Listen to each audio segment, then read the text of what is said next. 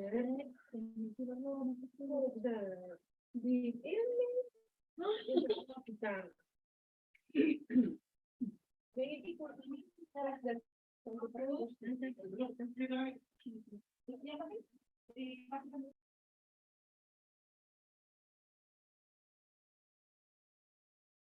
Faiza, Bu Faiza, Ya, Pak. yeah. Has partner already been here? Not yet, Pak. Not yet. Yeah, he asked me if I made. Yes. He asked me if I made the slides, and I didn't say that I have made. Met him yesterday PowerPoint. afternoon. Yeah. Halo, Prof. Seno.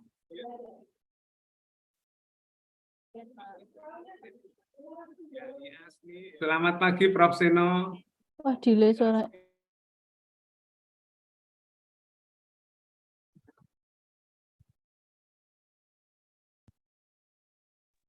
Pak Jafar online dari mana? Kok di ruangan nggak ada? Loh, lah kantor saya kan di LPPM. Oh iya ya, lupa saya. Kita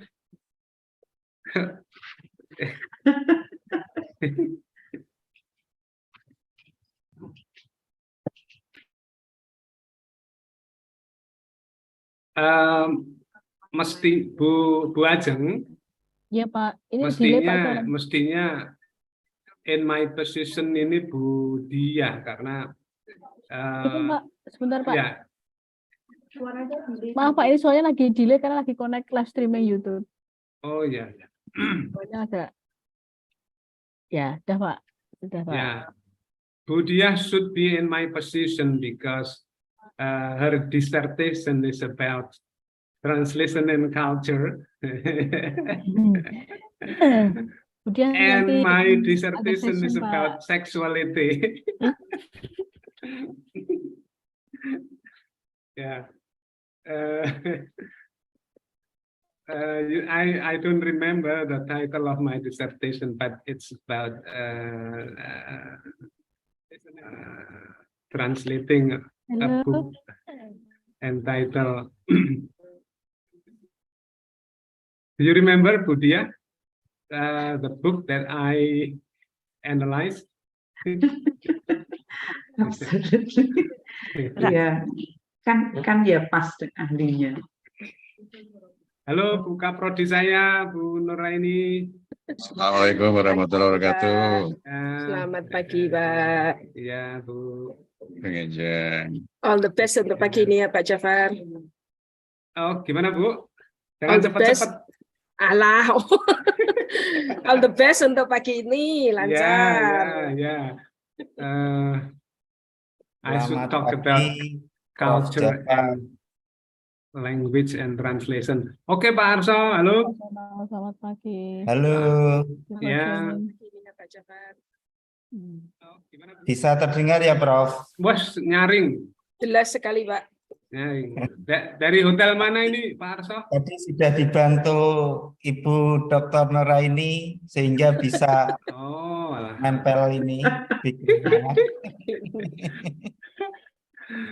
Saya bilang ke orang-orang, meskipun saya itu komputer nunak-nunuk, tapi lebih baik daripada Pak Arso itu.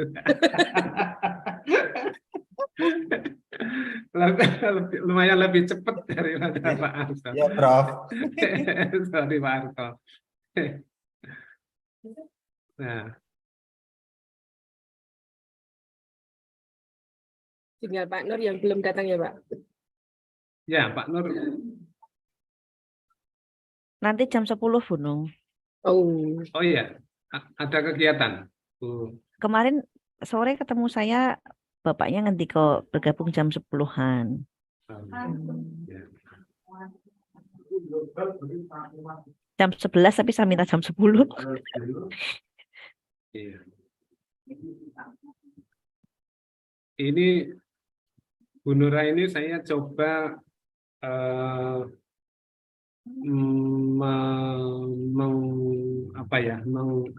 up-to-date-kan ya materi translation of I say digital English. I'm not sure if it is an appropriate term for those Englishes found in the computer technology and social media and also in internet, and I call them digital English. Well, I don't have specific reference to name or identify the digital English. Yeah, and I'm not quite familiar with those expressions, but therefore I'd like to study or to learn translating or perhaps borrowing or calking those words, phrases, or perhaps clauses in social media and also internet and also computer technology. Oke, oke Pak. Ini untuk yang bahasa Inggris ya Pak? Just for the English term or Indonesian term as well? Well, according to Pak Arso, the proper translation is from foreign language into our first language. Yeah. Oh, okay. Yeah. Well, translating into second language or foreign language is a bonus for I think English learners, right? Kayak misalnya yang dalam bahasa Inggris itu kan ada IYK, YK itu ya Pak. What is it? If you know, you know. Well, terus di bahasa Indonesianya kan ada YTTA, yang tahu-tahu aja gitu. Oh yeah. But I know one abbreviation, Punur. OMG. Oh my God. OMG. Yang sekarang ngetren itu FOMO nih loh Pak. FOMO. Fear of missing out. Oh yeah. Once I found YouTube account talking about abbreviations in internet, and well, last night I tried to find this, but I could not find it. a lot of popular abbreviations, such as one I know very well is OMG. Oh my. SMH. What is it? SMH. Shaking my head. Shaking my head. Ya ampun. Ya ampun. Ya ampun. Oh my God. Gitu ya Allah. SMH. Yeah. If it is a negative sense. Usually it's in a negative sense. SMH is usually in a negative sense. So it should be Subhanallah in no. Yeah. No, it's like apa ya Pak di sini geleng-geleng gitu ya Pak. Yeah. When someone do something Pak Arso said if Masya Allah means positively. Positively, yes. Astagfirullah Pak. Oh yeah. Astagfirullah.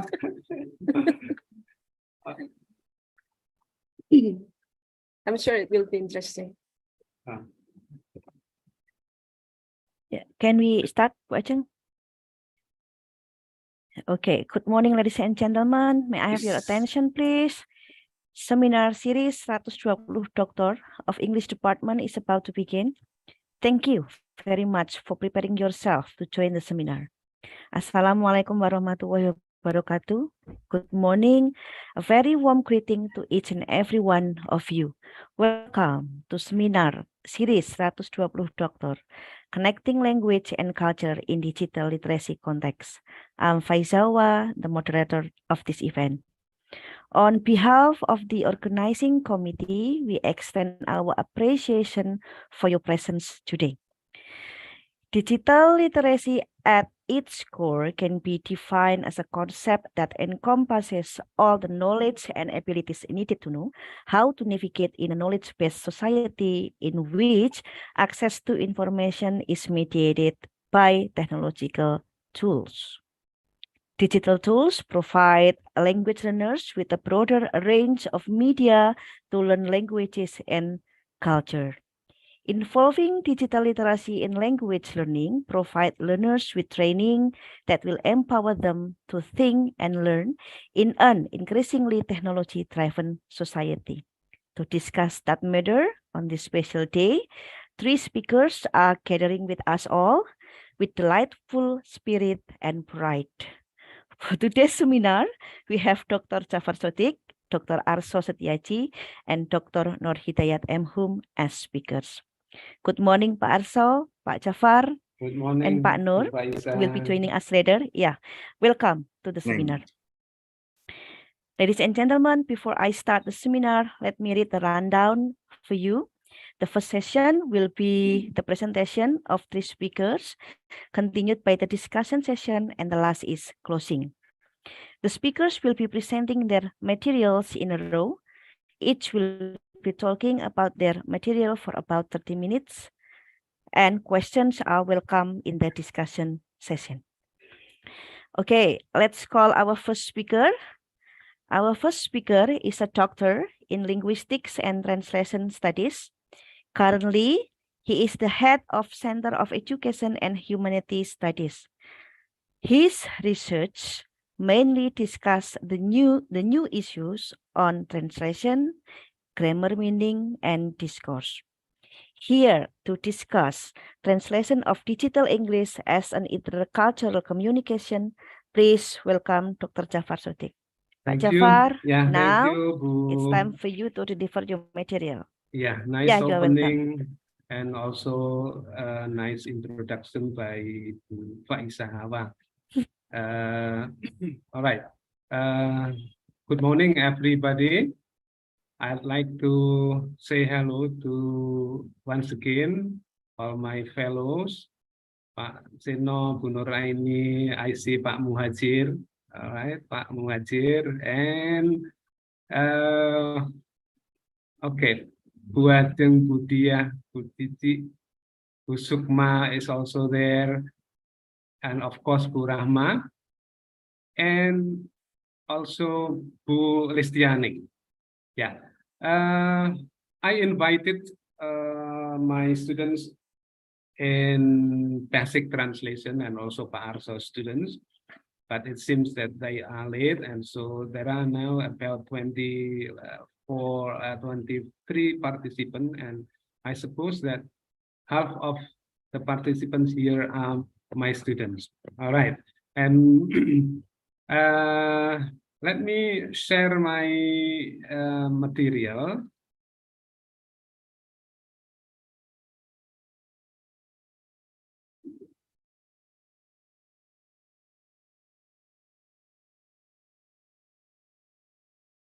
Yeah. Okay. Bu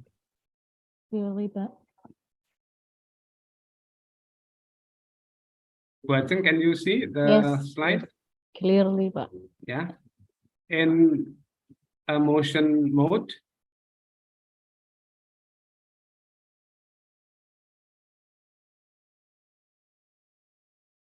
You can. Okay. All right. Yeah, it's clearer now. All right. My discussion will be about culture, language, intercultural communication, untranslatability, both in lingual and also cultural, translation of digital English.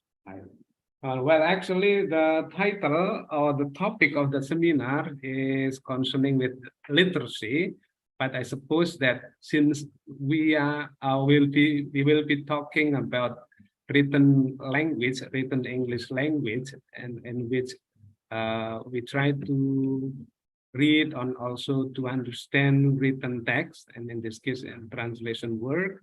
And so, well, I hope that my topic of discussion today will serve what the department, English Language Education Department, expect to share to the community in commemoration of Dies Natalis of Universitas PGRI Semarang. All right.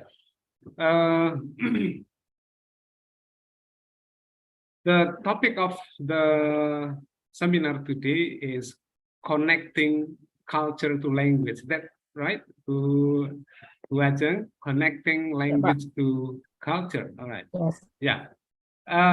Culture is an interesting topic because when we talk about culture, especially Suaranya mute. when we teach English, is it all right, Bu Ajeng? Yeah, it's okay, Pak. Okay, yeah, Somebody is chat. yeah.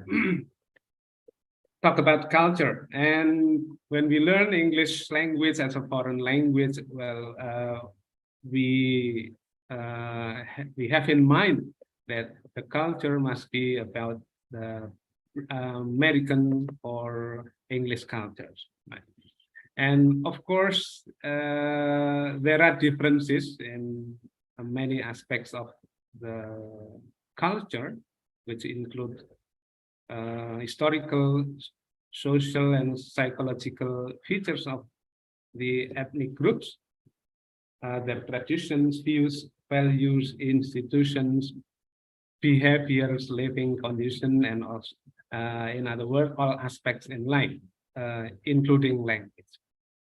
Bapak, Ibu, and also participant of the seminar, language is the most important aspect of culture, right? Because we use language to convey, to achieve, to express the products of the culture, yeah, which include traditions, habits, ways to do and to speak about things. Of course, they possess common knowledge about their country, its geography, history, climate, its political, economic, social, and cultural institution. The discussion of all this information is the basis of the communicants' predisposition, which enable them to produce and also to understand messages in their linguistic forms.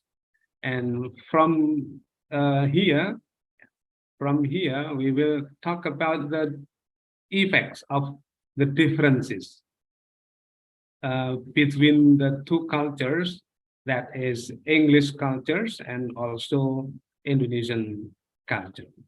Yeah. As I said earlier, that language is one of the most important aspects of any culture because it is the way by which people communicate with one another. They build relationships and create a sense of community. When two or more group of people from different cultures are in contact, well, translation is needed to bridge the gaps in the linguistic aspects. Yeah. That is grammar and lexis and the cultural components. So we have two important aspects here of the language. Those are linguistic aspects and also the cultural contents. Yeah. When we talk about language, especially English language in a recent era, we are now in the digital era.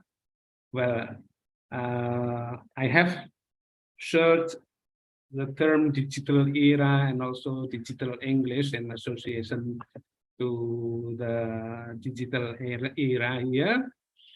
That those Englishes found in internet and in technology or computer and also in social media are called digital English. Yeah? So advances in science and technology can be seen in the digital English words, phrases, slangs, jargons, and also clauses or for sentences. Yeah. There are aspects of cultures. Before the seminar is formally open, I talked to Budia that her dissertation is about translating cultural terms and expressions, such as addressing system, kinship, traditional events, building and costumes, and names of food. But this time I add the cover to the advances in science and technology.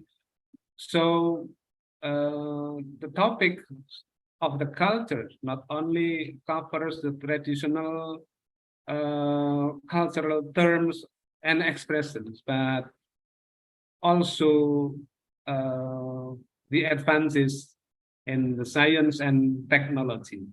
And therefore, we will learn those English used in internet, in computer technology, and also in social media, and how to translate, yes, how to translate those words from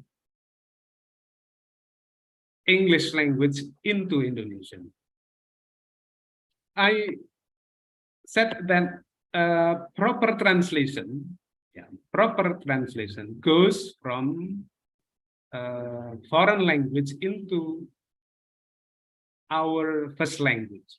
Yeah. The case will be very much different if we do vice versa, because when we do it vice versa from Indonesian language into English language, it means that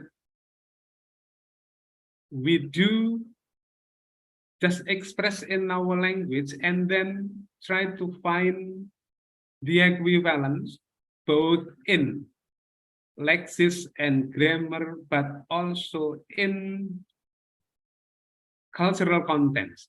And that will be done in the target language, in this case, English language. So for English language learners, yeah, I said to be able to translate from Indonesian into English is a bonus. Yeah, it's an advanced skill. And for your information, that in our English curriculum, in English language education study program, there are 2 lectures or lessons or subjects on translation, translation 1 and translation 2. In the past, I arranged knowledge and also skills of translating from English into Indonesian, and in the second lecture or second subject of translation, I asked the students to practice translating from Indonesian into English. I think we know that to find equivalence, to find lexicogrammatical components, and also cultural content into the target language is a difficult job. All right. So what we call translation here is the proper translation, that is to convert language or message or ideas from English language into Indonesian language. However, although it is said that translating from second or foreign language into first language is easier, but there are cases when there are language untranslatability and also cultural untranslatability. Yeah. Catford, as one of the experts in translation studies, defines 2 categories of untranslatability, namely language untranslatability or linguistic untranslatability and cultural untranslatability. Yeah. Language untranslatability refers to the issue, yeah, or problems in translation where expressions of a given language, translation of given language simply cannot be converted into the other languages. And so when there are no equivalence in the target language, we call it a case of untranslatability. Yeah. Sometimes it can be a single word, a phrase, idiom, or a metaphor, something which only makes sense within the context of that particular language and culture. So I often explains to my students that, yeah, idioms or metaphors could not be understood or could not be interpreted just from those words or those elements of the idioms or metaphor. For example, when I say sapu tangan in Indonesian language, it is not about sapu and it is nor about tangan, right? And there are any other idioms in Indonesian language which could not be translated literally, I mean, based on the content or the components of the idioms. And therefore, we should consult to the context of that particular language and culture to which the language should be translated. Yeah. Linguists usually default in explaining untranslatability as just a lexical gap or no equation of a concept equals to a word. Yeah, a concept the same as a word. Yeah, when there is no counterpart or no equivalent in the target language, we just call it lexical gap. Yeah. In such cases, there are no equivalent words in the target language. Yeah. There are three proposed techniques in translation or translation techniques. The crudest technique is adaptation. Yeah, adaptation. We have what we call it, a cliche example. Yes, a cliche example of adaptation technique. Yeah, when we talk about main staple food, for example, yeah, in Javanese culture we have nasi, but in Papua we have what is it? In Papua, sagu. Yeah, we have sagu. So to translate into English, yeah, we can do say potato or rice grain because we consider them as the main staple food, and this kind of translation techniques is called adaptation. Yeah, in my culture that will be the same as and that is the translation or the equivalent of the language, and this is called adaptation. Another prevalent method is borrowing or loan, right, which dispenses with translation altogether and adopts the foreign word as new vocabulary. Yeah, I think this will be done mostly. Will be done mostly in translating later for those words found in internet, in computer technology, and also social media. Excuse me. Another way to deal with untranslatability is calc or calking. Yeah. It is different from borrowing alone because we talk more about the construction here. When you talk about calc, it's more about borrowing alone, but it's also about the construction. Yeah, it means that calking try to assimilate the components of the words or the phrase, the components of the phrase into our language. Yeah. So we have we have example in Indonesian language, for example, Prime Minister with Perdana Menteri, yes, not Menteri Utama, yeah, right? Perdana Menteri. And in English, we have an example of car, for example, beer green, and which comes from the German, right? Calking often makes no sense, but it can be the translation of choice because it is an attempt to be literal. So calking is similar to literal translation, yeah, literal translation, but it is applied to phrases normally.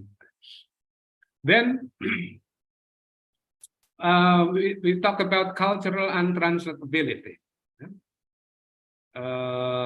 I said earlier that in addition to linguistic untranslatability, there is also cultural untranslatability. So it is a translation issue where there is not only the absence of corresponding words, but also incomparable contents of different cultures, yeah, expressed in different languages. So there is a gap between the source language and target language cultural aspects of a language. Normally, those expressions concerning with cultural contents are names of people, clothes, food, and abstract cultural concepts and terms. As just an example, right? Budia talk about what is it? Relationship in the family, kinship, right? Yes, kinship. In Bahasa Indonesia, we have normal, I think, suami, istri, kakak, adik. Is there ipar in English? Oh yeah, there is. Is that mertua in English? Okay, yeah. But I'm not sure if there is a concept of besan in English. Eh? Oh yeah, yeah, there is besan in English. The family of our sons or daughters, spouse, ya, pasangan dari anak laki-laki atau kita, dan itu keluarganya, they are called besan in English and in Indonesian language. But when we talk about besan in English and try to explain what do we call people or the parents of our son or daughter-in-law, yeah, I suppose there are no equivalents in English. Yeah, this is an example of cultural untranslatability. Yeah, there are no such kinds of concepts or contents or cultural contents in the target language.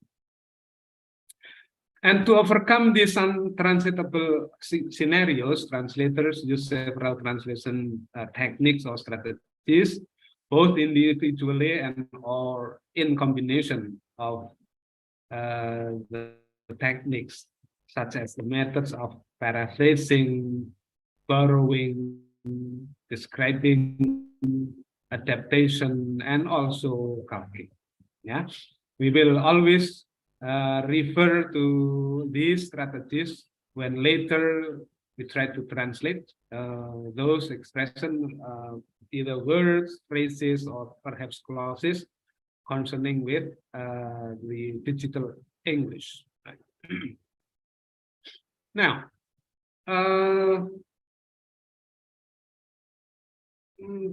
our important topic here, intercultural communication, right? It's a dialogue carried out in conditions of cultural differences which require adequate mutual understanding of two participants of communicative acts belonging to different cultures.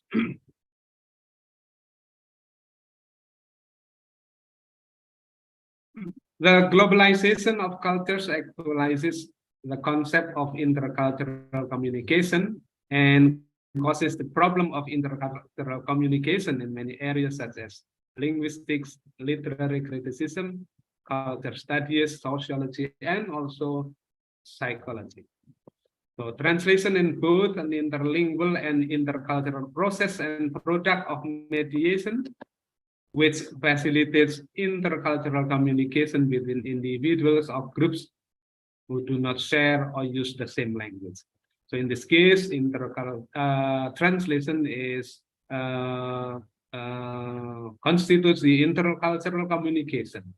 That is the mediation, mediation process, which facilitates the intercultural communication between individuals or groups who do not share and use the same language.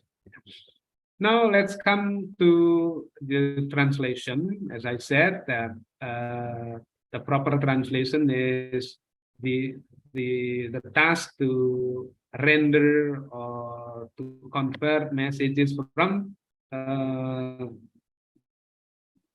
foreign language or second language into our first language. One of the basic points of consideration in the definition of translation here, in our context here, that communication is interaction of individuals in which communicants appear as subjects of cultures and representatives of a living socio-cultural community. And translation as a type of mediation is a means not only of interlingual but also intercultural communication. So we view translation process here as the intercultural communication process. The idea of language as a cultural component and culture as aggregate of material and spiritual achievements of the society. In short, all the sides of its life and consciousness, including the language. I quoted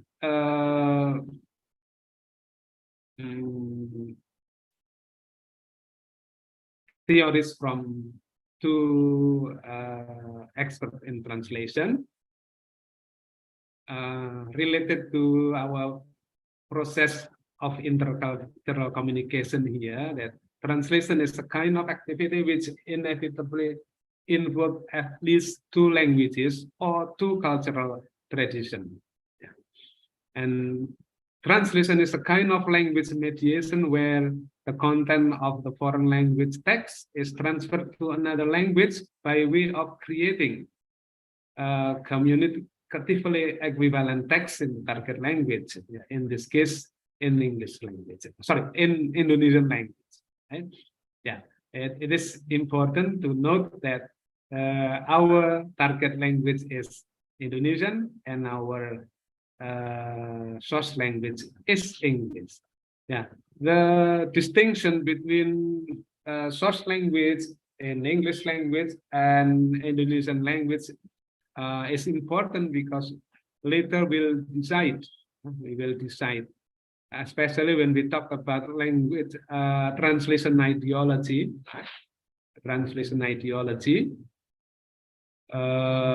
When the target language and the source language are different, then the concept of ideologies is also different. Let's see the diagram of methods of translation here, which makes up the ideology of translation. Yeah, on the left side are methods in translation which emphasize the source language. And on the other side are translation methods, yeah, which emphasize the target language. So when we have translation methods of techniques like listed in the left sides, such as word-for-word translation, literal translation, faithful translation, and also semantic translation, yeah, the result of translation will be like the source language. Yeah, our translation will taste like the source language. So when we translate into Indonesian, our Indonesian translation will read like English language. And this is called foreignization. But on the other hand, when we use such techniques or methods that as adaptation, free translation, idiomatic translation, and communicative translation, the result of translation, in this case, the Indonesian language, yeah, will read like Indonesian language. And therefore, this is called the target language emphasis, and therefore it is called domestication. Yeah, in terms of translation ideologies, on the left is foreignization, and on the right is domestication. Yeah. On the left, the translation will read like the the source language, and on the right, the translation result will read like the target language. And one question may arise from the distinction between domestication and foreignization here. When we decide to take the one ideology over the other, yeah, right? When we decide to take domestication instead of foreignization, well, it depends on the target readers, right? It depends on the target readers. If we provide the result of the translation for common people, for laymen, for general readers, then we will choose the domestication. But if the result of the translation is provided for example, English learners, for professionals, and then it is better to take the foreignization ideologies, in which we take translation techniques such as borrowing, loan, and also call, right? Yeah. So let's now see what are there in the digital English here. Pak Jafar, sorry for interrupting. You have 5 minutes left. Okay, yeah. Translation of digital English here, which include internet English, social media English, and also technology and computer English. Well, those material to translate may take the linguistic construction from just a symbol or an alphabet or words, and then higher ranks or linguistic construction phrases, and also clauses or sentences, right? Yeah, let's see some common internet symbols. Yeah, well, I think I think I have to mention some symbols here, starting from dot, at, hashtag, underscore, slash, yeah, forward slash, and also backslash, then asterisk, hyphen, dash brackets, parenthesis, and escape here. I just want to show that when you say in Indonesian language and when you say them in Indonesian language, well, I think we cannot say in Indonesian equivalent. So, for example, one titik instead of dot, and at hashtag underscore garis bawah, garis miring. What is this? Who Faisa? What is it called? Backslash. Yeah, slash or forward slash is garis miring. What Garis about this miring. one? Ya. Garis miring balik gitu. Yes. Kalau di Then- writing or ya Pak bacanya. Oh, or ya. Ya. Okay. But well, we have to say this asterisk. We cannot say bintang or star, right? Yeah. Yeah. Yes, and etc. Then those words exist on our keyboard there. Yeah, the word on our keyboard there. Delete, backspace, enter, save, catalogs, escape, scroll, etc. Yeah, I mean when we have to translate this kind of words, for example, in the manuals, well, I think we should borrow, we should borrow this word and no try to give the Indonesian equivalent. I cannot imagine if we give the equivalent for words such as enter, save, and also escape, and also scroll like this, right? And then next, action on the screens, right? Action on the screens, files, folders, username, password. Yeah, some of them have Indonesian equivalent, of course, but I think it's safe. Yeah, it's safe if we translate using borrowing techniques or borrowing strategies. Then next, computer-related phrases, to crash, to freeze, to install, to scan, to print, to store, to backup, right? To crash, when our computer stopped working. To freeze when part or one application in our computer does not work, and then to install. What is it? To Faisa in English, the Indonesian language, to install. Menginstal. Menginstal. To scan, memindai. It's okay. Memindai. To print, mencetak. Mencetak. Mencetak is different from to print. Yeah. Our mind or our idea will be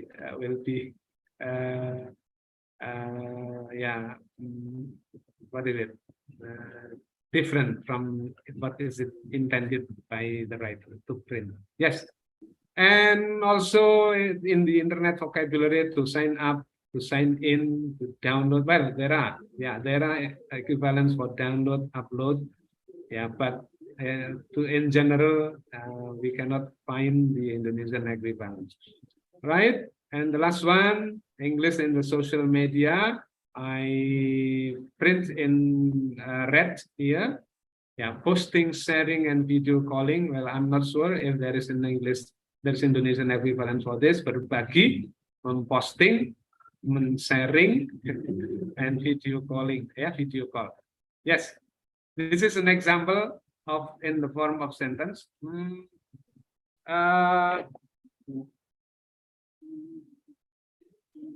Yeah, sending voice message is more practical than texting in WhatsApp. Yeah, texting, menulis pesan.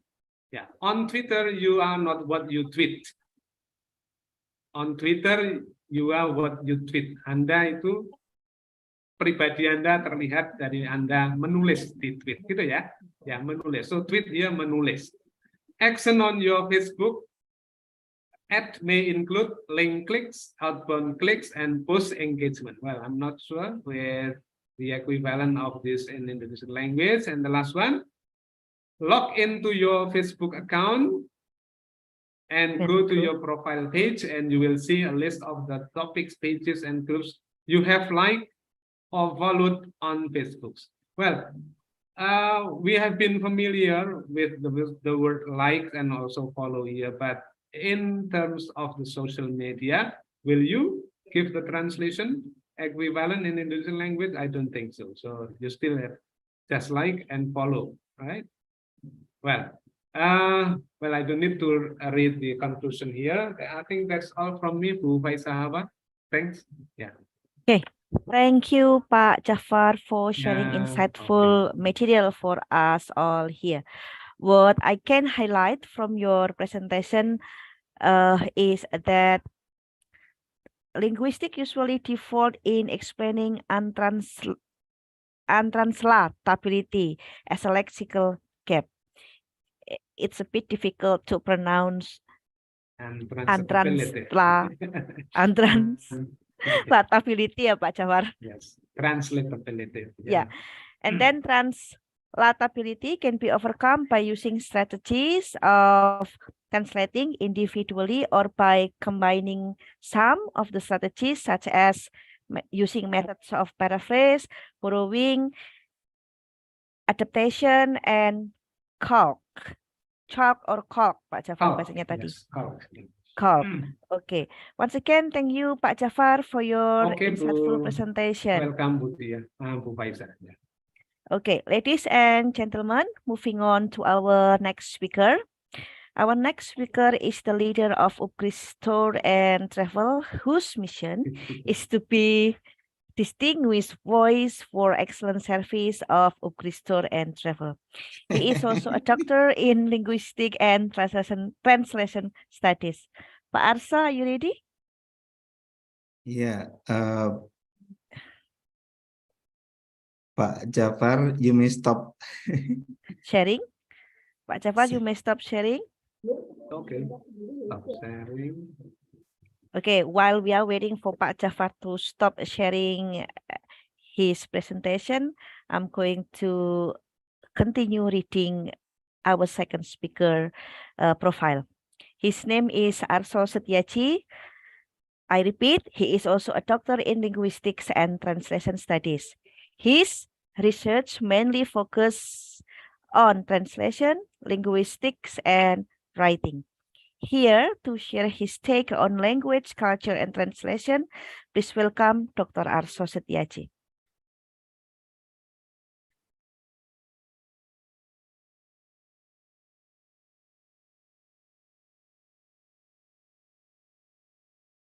Well, Assalamualaikum warahmatullahi wabarakatuh. Waalaikumsalam warahmatullahi wabarakatuh.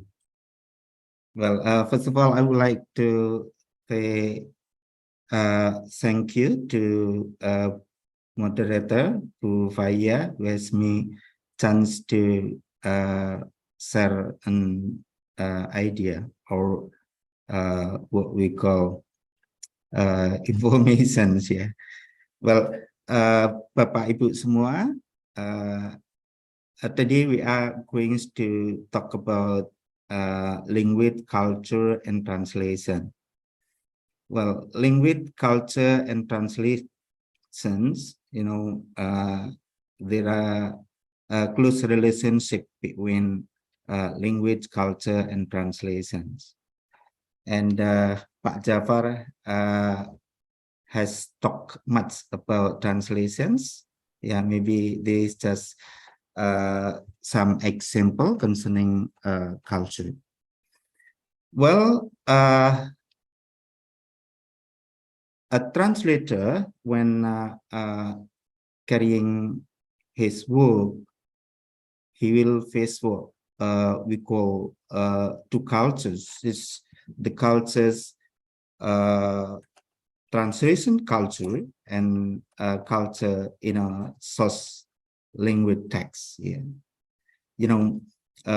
when translating, the translator will face the culture, although they will find what we call translator culture or culture of Dutch language text and culture in source language text.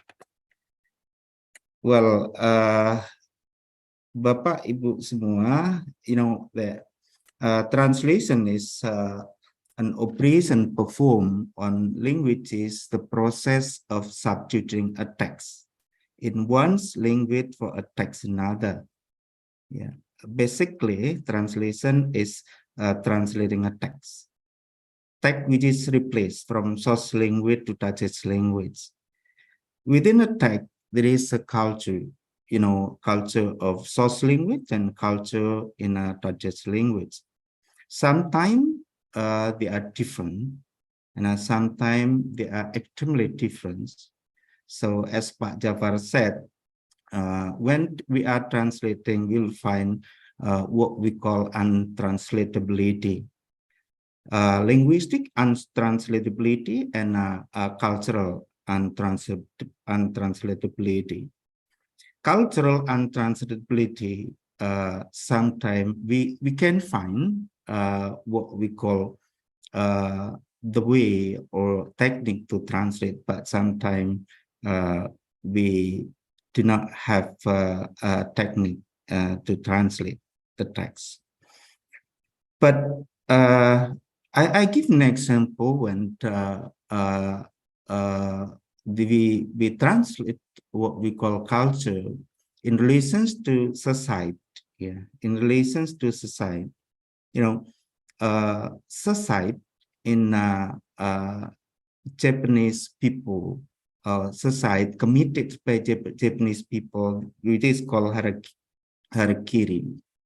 We cannot translate harakiri into society in other language. For example, in bahasa Indonesia, bunuh diri. Yeah, so there is not what we call the same value between society in Japan and society in Indonesian.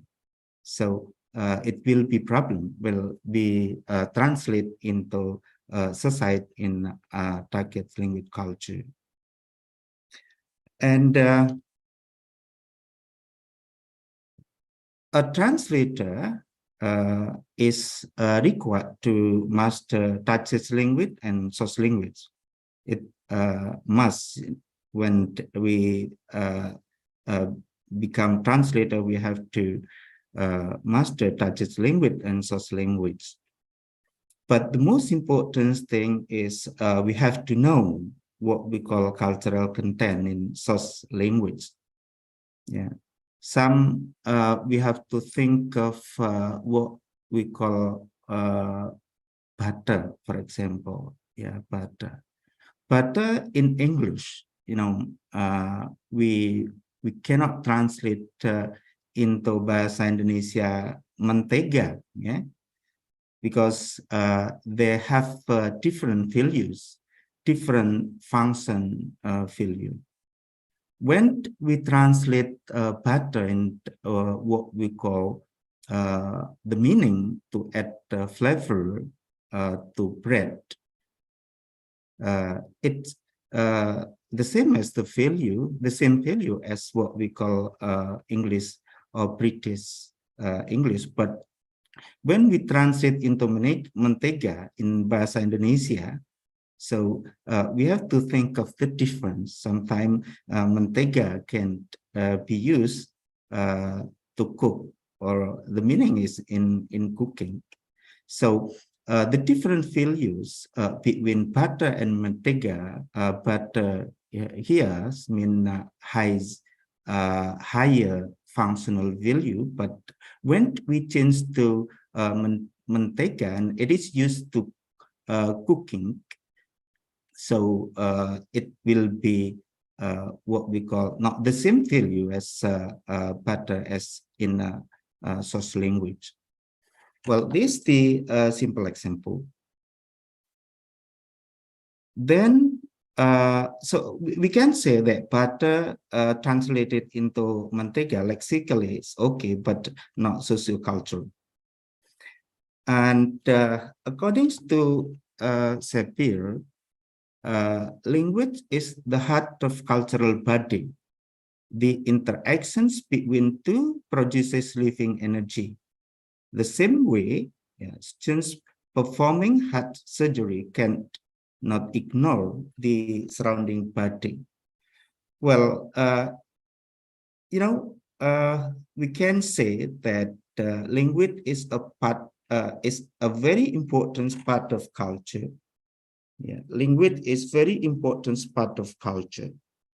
The existence of language will be threatened if we do not translate, or we do not use what we call cultural context, or we do not translate into cultural context.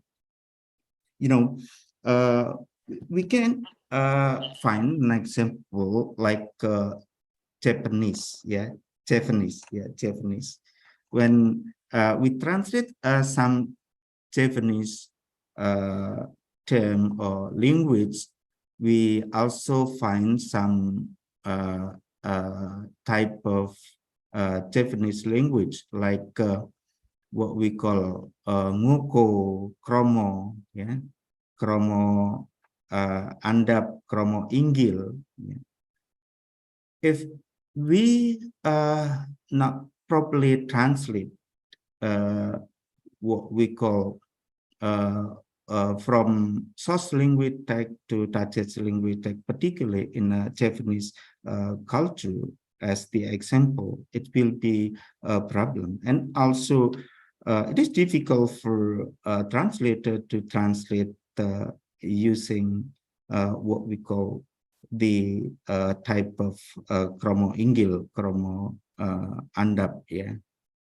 Well, there is what we say, and it will considered not honored to older people when we use ngoko in Japanese.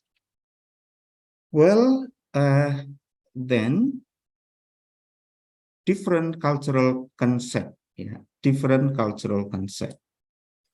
You know, Pak Jafar have said that different cultural concept, like in translation is called untranslatability. Well, different cultural concept will bring translator into trouble. Into trouble. We give an example like in our culture. You know, sometimes we say kamu anak keberapa, kamu anak keberapa. How to say in English, or how to translate in English? Sometimes we just say we can say we can translate into linguistic translatability. Kita mungkin bisa menerjemahkan menggunakan linguistic, linguistic translatability, but it is considered as cultural translatability. Some will translate kamu anak keberapa into what number are you in your family? Dalam in bahasa Indonesia, in bahasa Indonesia, kamu anak keberapa, and we'll say in English, what number are you in your family? Well, it is called linguistic translatability, but it is all cultural. It is an accepted, in pretty English culture. You know, it's called an cultural untranslatability. We cannot translate kamu anak keberapa into English, because there is no concept kamu anak keberapa in English. Like some example from Pak Jafar, I think. Then the also greeting, greeting we find how do you do, how to translate in Indonesia, because there is no concept how do you do in bahasa Indonesia. Then some solutions. Pak Jafar also give some technique used in translating what we call culture. Like borrowing, borrowing, well, we see from Pak Jafar, there are many terms of computer, in English, we find some technological term, and in Indonesians, maybe not much about the technology terms. So we have to borrow from English to Indonesians. Mouse, mouse, mouse. We translate into tetikus, but we never use tetikus, in our communication. We just use mouse.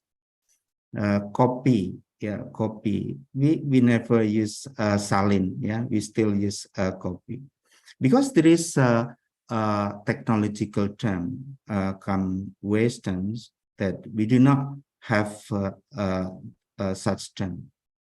It's a different way, like the agricultural term, cultural term. We are rich in agricultural term, like gabah, gabah, menir, beras,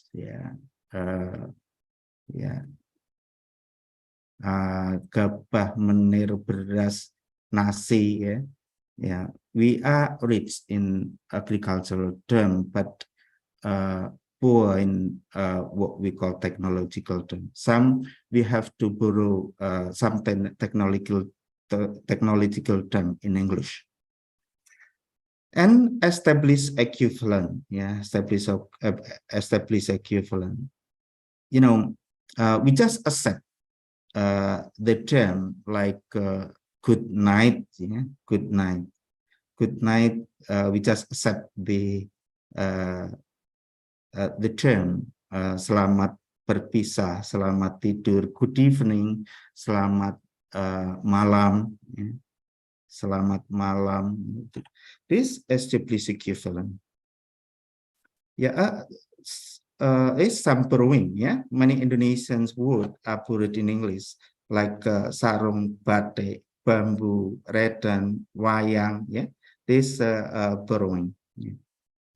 Then some also the word borrowing from English to Indonesian using si, organisasi, reduksi, konstruksi, resepsi. Some the word si in Indonesian is borrowed from English word.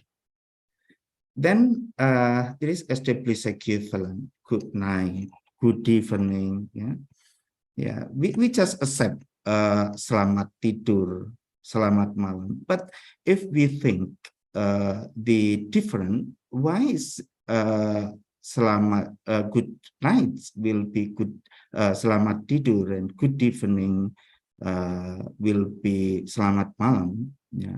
Because maybe the time, the difference time between our cultures in Indonesia and in Western, maybe in Western, in Europe, 9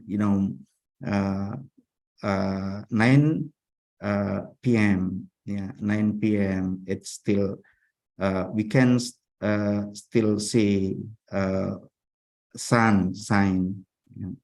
So we cannot say good night in 9 p.m. In Western, because the sun still shines. Then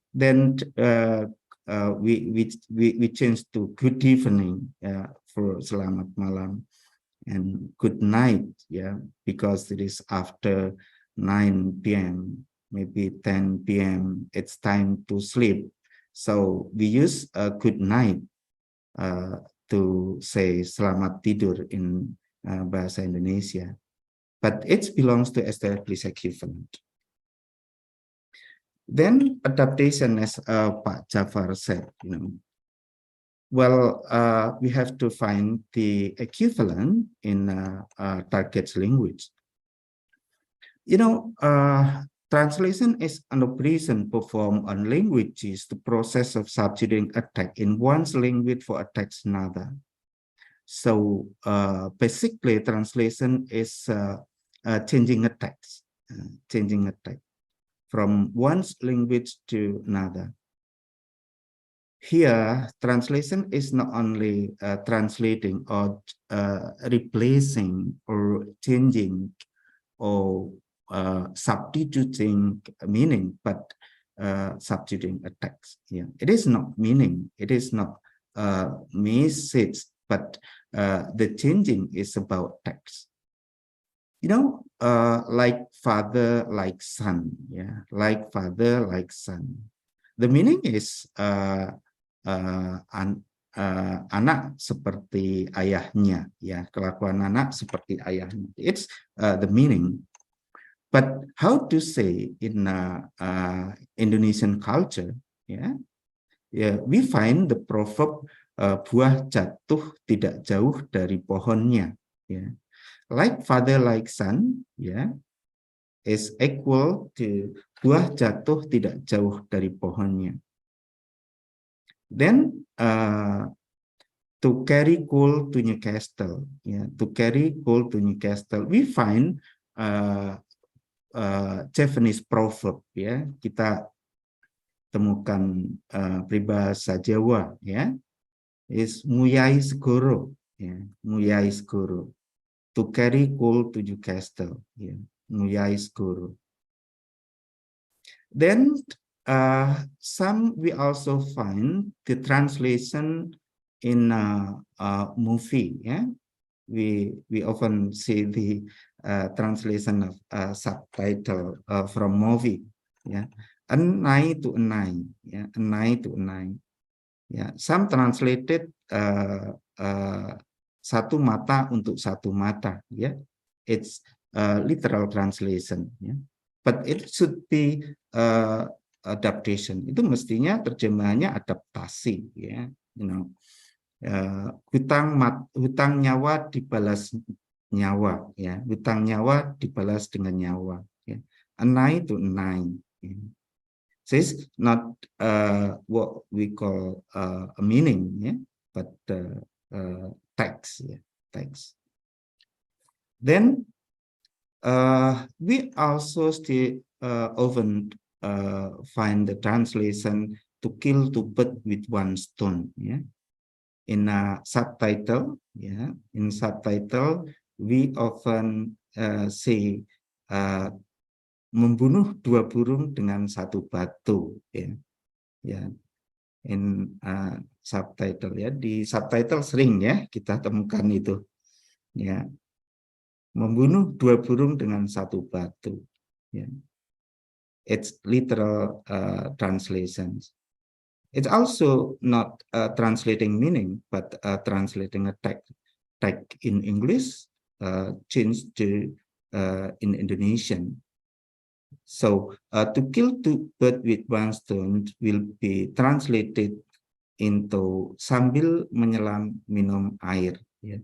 Sekali dayung dua tiga pulau terlampaui, ya. Sekali dayung dua tiga pulau terlampaui. Well, there is a proper strategy when we use when we translate proverb or idiom from English to Indonesian. Well, this is also an example of different culture concerning whiskey and martini, British and Italians. You know, whiskey, the consumer is older people, and martini is younger one. But in Italians, there is whiskey for younger people and martini for the older one. Well, the culture is influenced by marketing, yeah, marketing of the product, because the ones come earlier and the other come later. This is the different from British and Italian concerning the product, this product, I think. Then translator in carrying out his work need to consider social cultural concept that exists in source language text. Yeah. Well, as we know that translating is not only translating meaning, not only translating message, but more than that, translation is translating a text from one text to another text, particularly when we translating culture. Well, I think we have a good example for translating culture. Well, let's see the movie. Yeah, very short movie concerning our culture.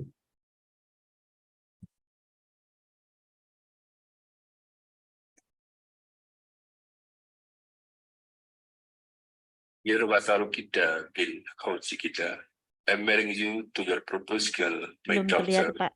Nadia Septian Ramadhani, with the mahar of all three current German names and a prayer set Belum terlihat, Pak in Also. guest. I accept this marriage with the mahar of all three characters of a diamond ring and a prayer set in cash. Yeah.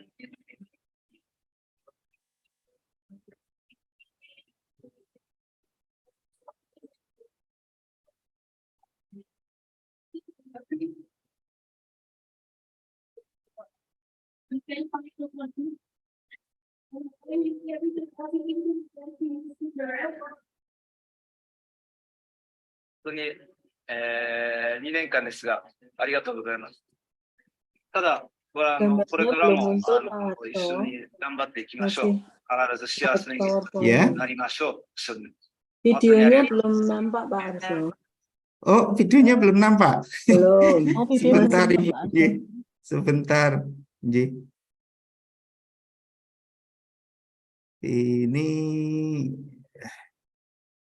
ya ini sebentar saya share secara Share screen-nya yang ini ditutup dulu Ya. Pak Arso. dari asalnya saja nih, mohon izin nih. Oke, ini di Yang ini tutup ditutup Pak. dulu Bapak. Tutup dulu. Stop dulu yang ini, Ji. Ya. Oke.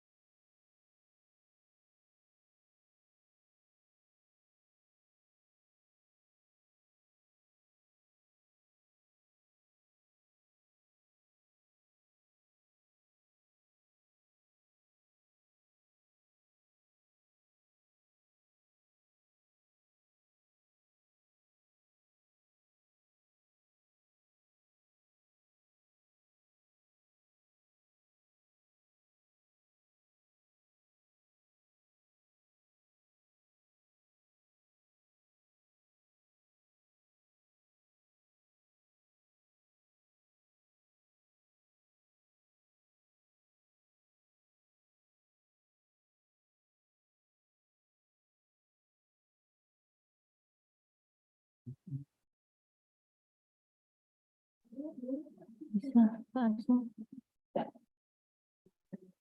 Ya, sebentar nih, saya munculkan dari download coba. Ji. Oh, oke, Pak. Yerwasalu kita bin coach kita, marrying you to your proposal, my daughter Nadia Septian Ramadhani, with the mahar of all three current German names and a prayer set paid in cash. I accept this marriage with the mahar of all three characters of a diamond ring and a prayer set in cash.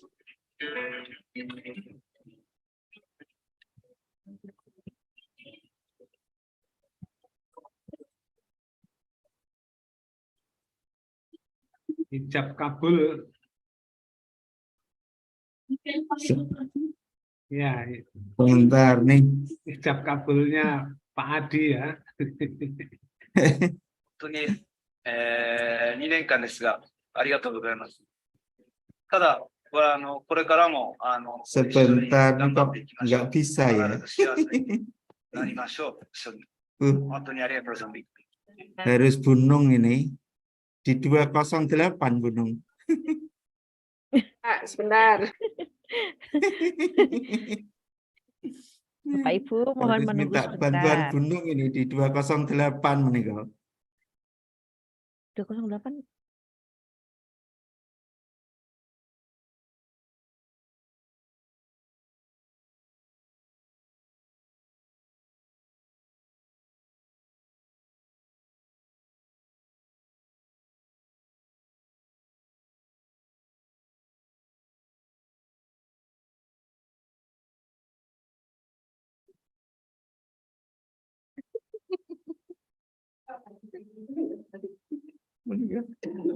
Menikah videonya menikah Bu, sambil lihat Oke, dulu. buka dulu, Pak. Nih. Iya. Oke. Zoom-nya tadi. Zoom-nya ini. Iya.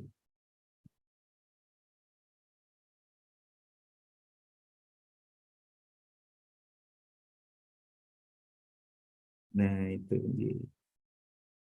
Ini gimana, Pak? Iya, terus. Ini share Ini. sound. Iya. Oh, ini Harus itu harus dicentang, kalau enggak nanti enggak ada Gitu. suaranya. Udah, tinggal di play saja. Jadi, ampun terlihat.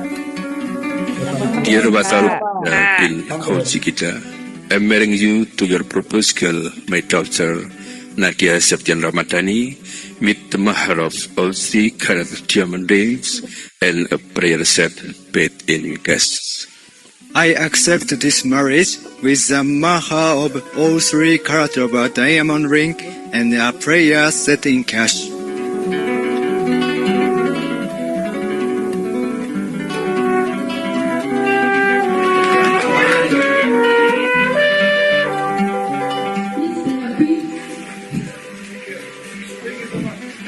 You can find no problem. And then you can tell everything to me like you used to do, right? 本当に、2年間ですが、ありがとうございます。ただ、これからも、一緒に頑張っていきましょう。必ず幸せになりましょう。一緒に。本当にありがとうございます。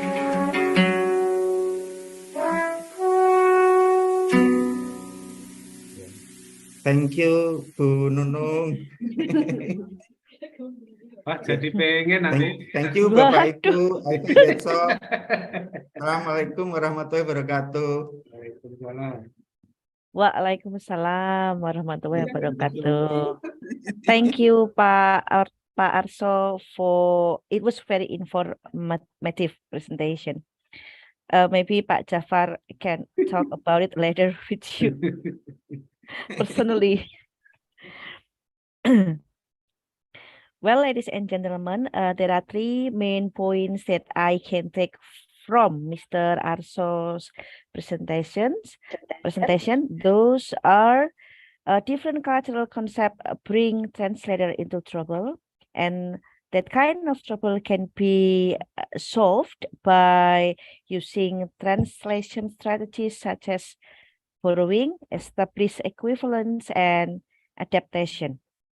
And then translator in carrying out their works needs to consider the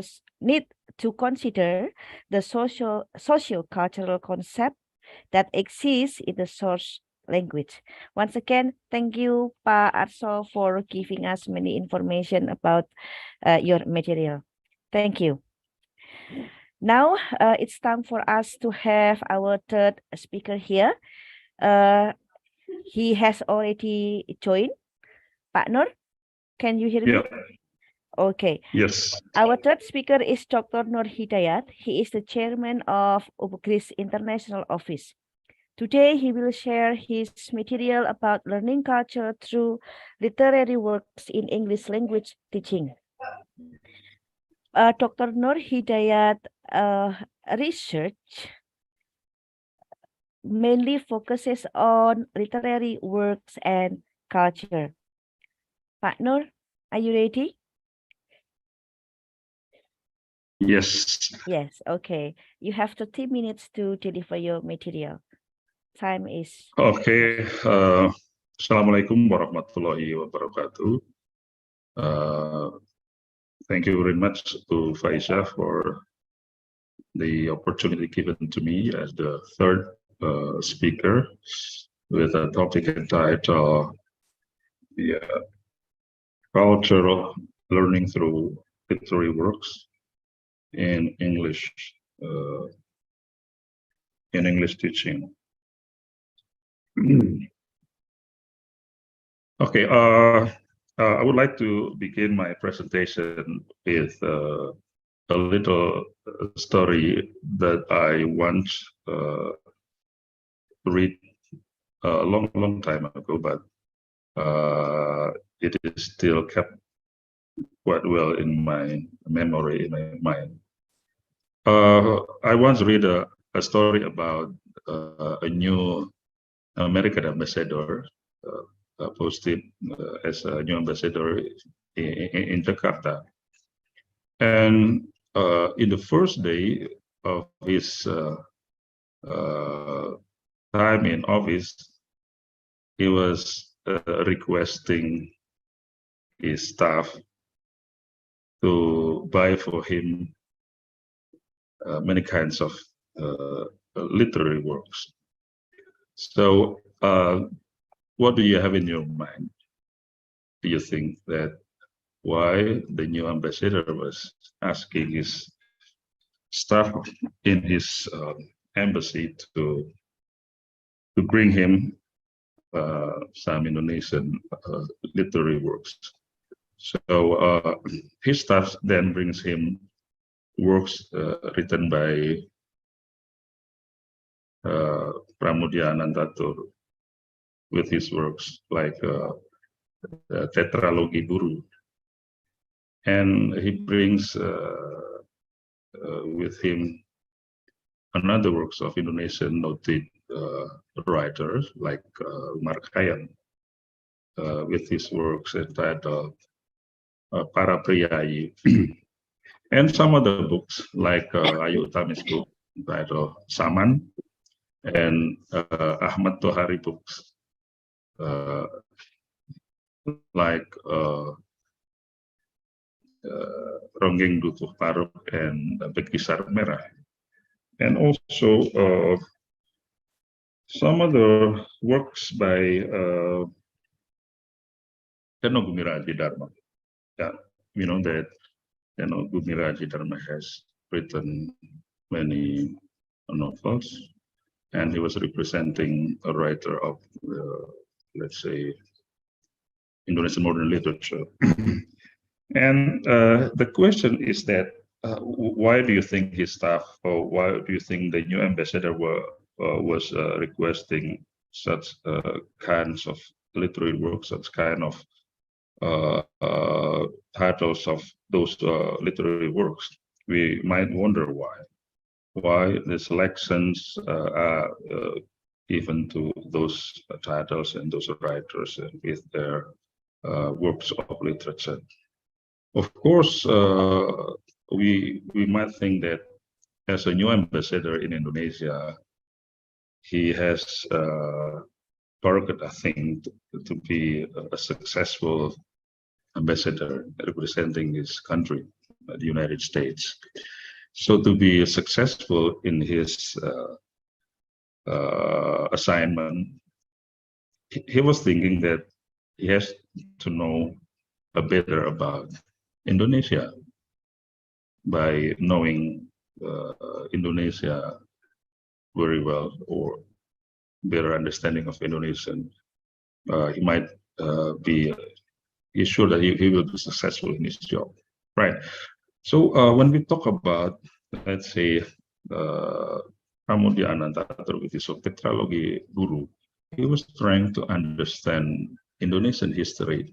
Yeah, he's trying to learn things about Indonesian history, not the kind of history written, formal history written by Indonesian government.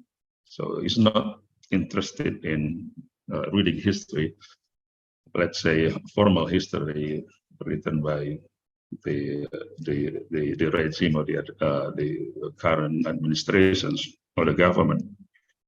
So it's a kind of history written by a writer, maybe a kind of alternate history which might give the readers truthful or true history, which is written from the other perspective. Yeah, not the government perspective, not from the let's say the center perspective. In this case, the government. So the choice is Pramudia Anantatur.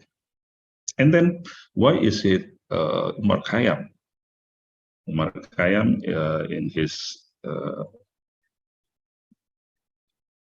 title Para Priyayi, he understood that the majority of Indonesian people are Japanese. In terms of ethnicity, Indonesian biggest ethnic group is Japanese. So he tried to know what Japanese people is like, how Japanese is characterized. Not enough formal descriptions about Japanese people from, let's say, tourism brochure or other, let's say, formal discourses, but it's from novel. Yeah, what the way Japanese people think, the way Japanese people behave, and the religion of Japanese people, the values of Japanese people, and things about the culture of Java, Japanese culture. And then, so this is another aspect of Indonesia written by different writers. When it comes to, let's say, works written by Utami, like like what she wrote in her novel Saman, we were talking about Indonesia in the span of, let's say, a 32 years period under the New Order administration. In this case, is New Order administration. Yeah, we're talking about Mr. Suharto and his administration. So we talk about how life under the totalitarian, authoritarian government situations, the life of people, the conditions, how people were living during the New Order period, the militarism and students, activists, and so on and so on. So in this case, Saman, written by Hayu Utami, could really portray or give a descriptions to the ambassador what is Indonesia in the second presidency of Indonesian president, the dynamics and the problem, and then the politics, and so on and so on. And then we were talking about why is it Ahmad Tohari, right? Ahmad Tohari is said to be a writer who could precisely give a very vivid descriptions about living in the villages, about agrarian society, about people living in the villages, with their tradition, with their way of life. So he's one of the writers who could best describe the rural life of Indonesian people. And of course, it is in contradictory to the works written by Seno Gumira Aji-Dharma. If you happen to read Seno Gumira Aji-Dharma works, you will exactly know the Indonesian urban people's life, people living in big cities. Yeah. The problem of urban people with their characteristics. Yeah, living in a big life in a big cities is related to a problem like alienation, emptiness, nothingness, the marginalized people, nightlife, and some other things characterizing the life of people in big cities. So that's my descriptions, my my initial descriptions of my presentation by citing that kind of story. So we see the importance of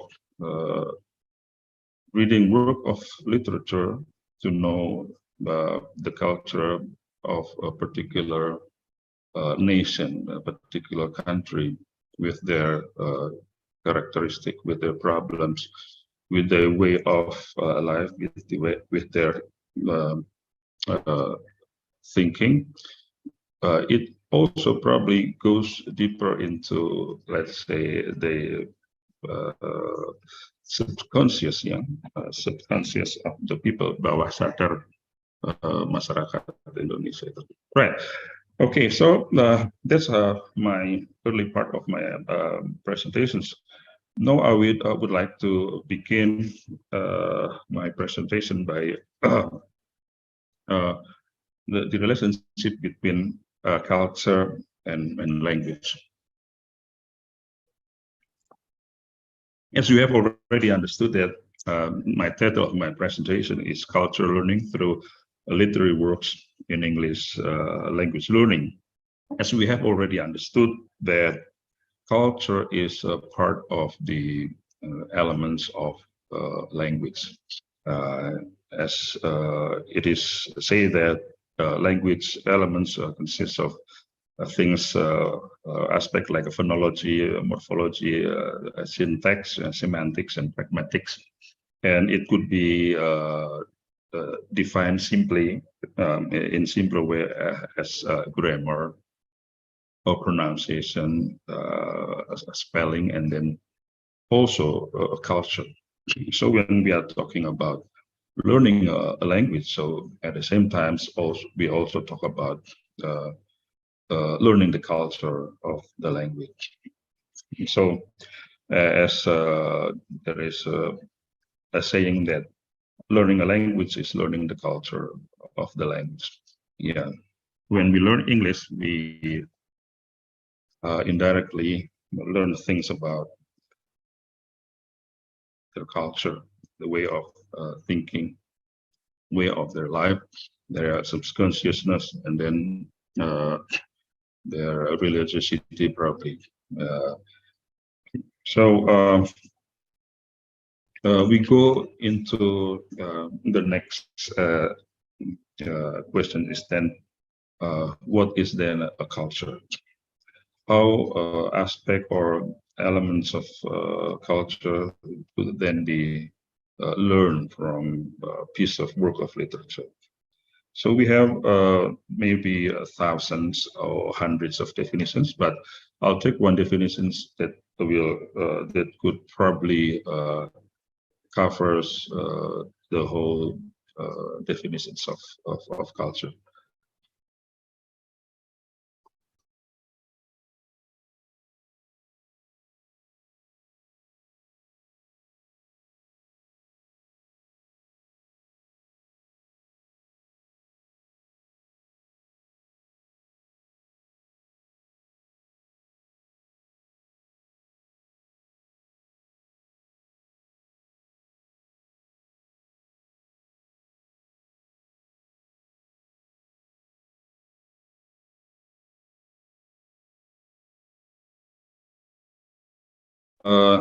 Let me take one definitions of culture, which probably could comprehend other hundreds or thousands definitions of culture.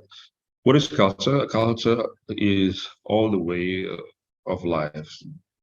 So everything dealing with our life, our daily life, is related to culture, including art, belief, institution of population, or we may say organizations of society and institutions we have in our society that are passed down from generations to generation, from generation to generation. And culture has also been called the way of life of an entire society. As such, it includes code of manners, dress, language, religion, rituals, arts. So if we try to again connect these definitions to my early examples of why the American ambassadors tries to know things about Indonesian people's belief, Indonesian people art, and the social organization within Indonesian society, things relating to code of manners, dress, language, religion, rituals, then we could see that those kind of things could be learned in a deeply manner from a piece of work of literature.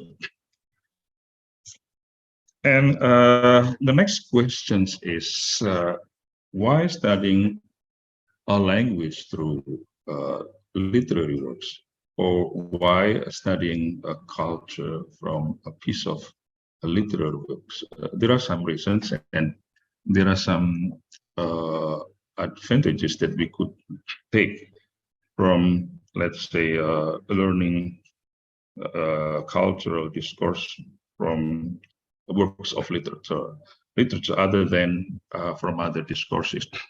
The first is the possibility of internalizing language and reinforcing points of previously learned.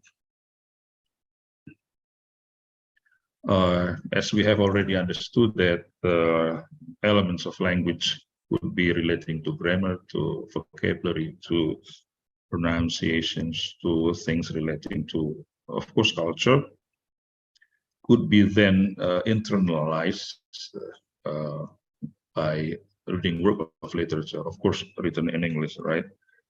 Because what we have separately studied before could be then internalized or reinforced in piece of literary works in a very contextual, in very contextual understanding, in more lively situation, in real situation, not a piece of language which is written in isolations. That's probably the benefit of studying language or also culture from a piece of literary work. And the second is the genuine language context and a focal point for the students in their own effort to communicate. As we have understood that studying a language like English in isolation would be very uninteresting, but studying a language or culture through piece of work of literature could be very interesting, as it provides the genuine language context, Jadi konteks bahasa yang asli, konteks bahasa yang sesungguhnya. And it could also apply when we learn things about culture.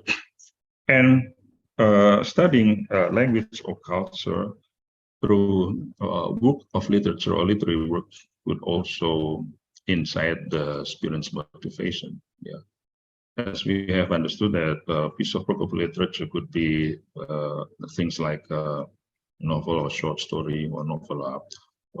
It also could be things like song lyrics, which could be also considered to a certain extent as a piece of work of literature. So it will increase the students' motivations in studying literature. Yeah. I have already mentioned in my earlier explanations about examples of Indonesian work of Indonesian work of literature, which could provide the readers all aspects of life. Yeah, so understanding Indonesian culture could be done through reading their work of literature. And now we can go into a broader context by bringing our students to know more about a foreign culture, another culture. We can learn, of course, from some other pieces of work of literature. Yeah.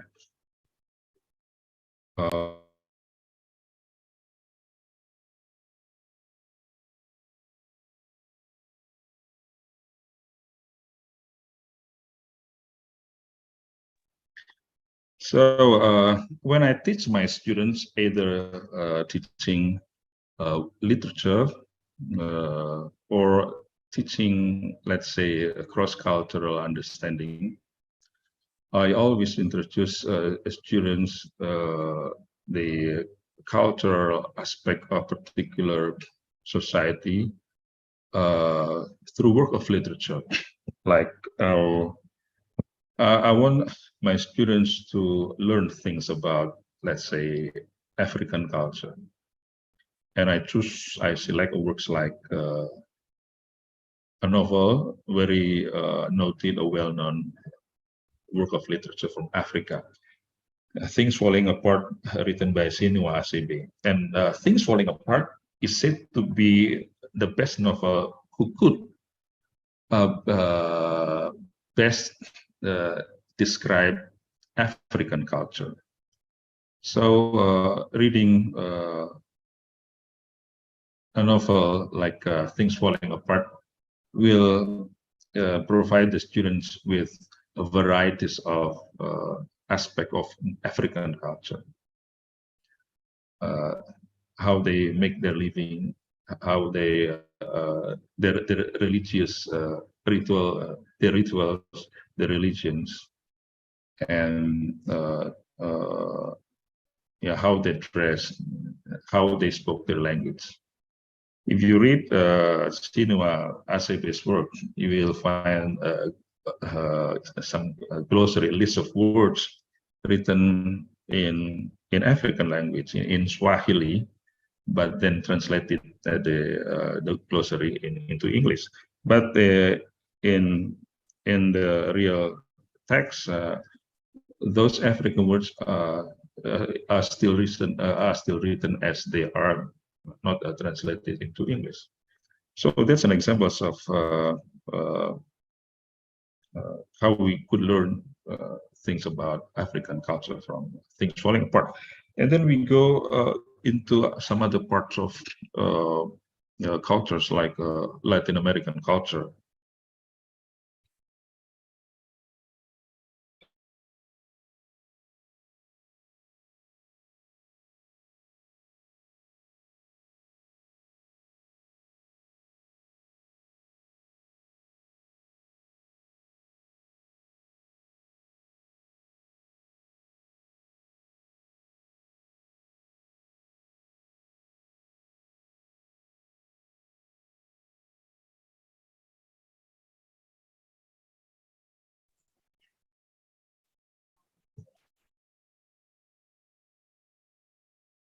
Maaf, Sir, mute.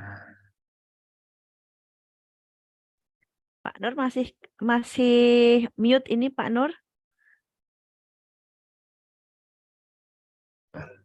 Okay, so if we go to a different part of hemisphere, let's say going to Latin American countries, we see that Latin American countries is a very interesting continent in which we could learn things about human beings' life with their culture, their problems. And reading Latin American countries, we it seems that we find that it's like we see our own face in the mirror, because to some extent, Latin America represents also the problem we share in Indonesia. So we have many things in common in Indonesian literature and American literature, like things relating to authoritarianism,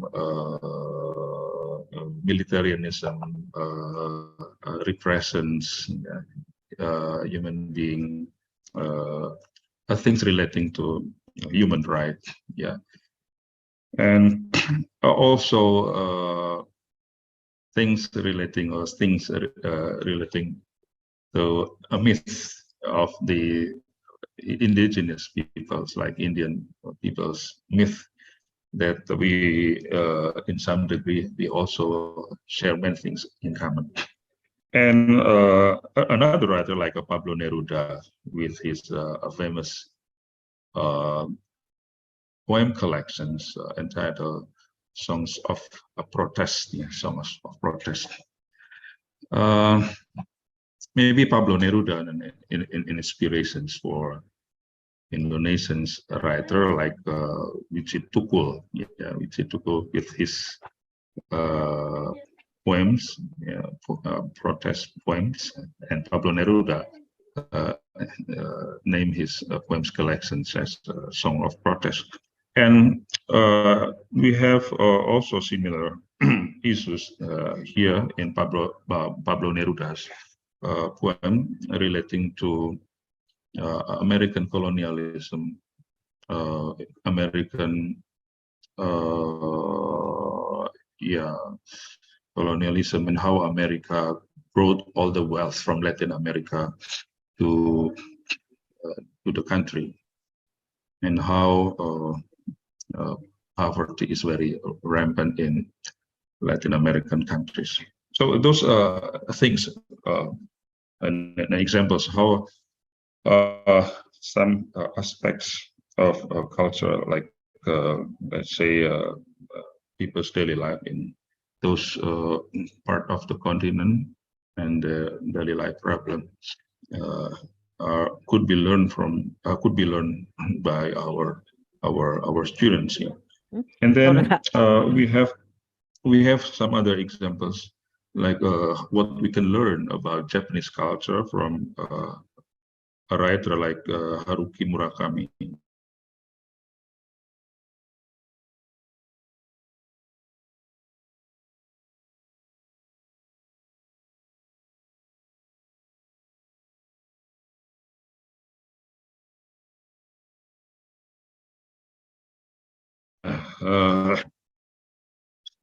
Yeah, it's very interesting to learn about Japanese culture from Haruki Murakami works of literature or novel or short stories. Yeah, I would like to give you an examples. One of the most widely read Haruki Murakami's novel in this case is 1984. Yeah. From Haruki Murakami, students can learn things about, for example, the parents and children relationship. Yeah, I wonder why Haruki Murakami wrote many novels or many pieces of work of literature who go deeper into a conflict or problems regarding human relationship, in this cases parents and children, children relationship. It's about the weak relationship between children and parents in Japanese society. He always wrote things about how children try to separate themselves from the institutions of a family. It's about also absurdity of a life. It's about he talks much also about not like what is presented in Latin American countries about poverty, about authoritarianism. But from Haruki works of literature, we could learn more on human life problem relating to psychological human beings life problem. Jadi Haruki Murakami lebih banyak menampilkan masalah-masalah psikologis sebuah masyarakat yang maju di kota besar. Ya. And also the phenomenon of, as Pa Arso also mentioned, it's suicide. Yeah, the tendency of suicide in the young generations of Japan young generations. So by reading a work of literature written by a Japanese writer like Haruki Murakami, we know many aspects of life of a developed country like Japan. As we have read, probably we find that there is a tendency that the growing numbers of young people in Japan try to avoid meeting people, communicating with people, but they try to isolate themselves in their house, in their rooms, avoiding social interaction. I forgot that there is a Japanese term in this case. Yeah, and then we could go to some other examples like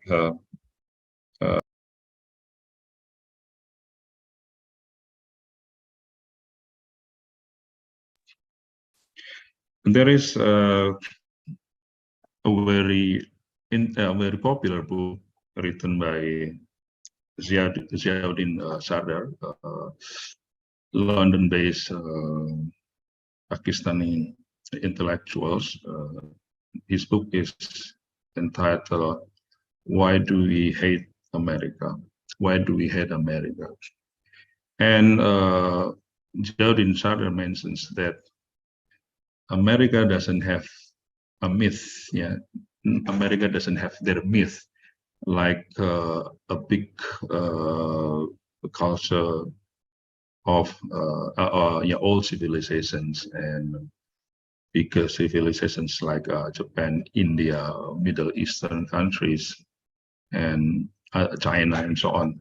So the myth that trying to be inherited by generation to generation, America was trying to create their own myth, like what are presented in their popular culture, which is called Western. Kalau dalam bahasa Indonesia, cerita-cerita novel-novel mengenai cowboy, dunia cowboy, which are also very popular and then made into films.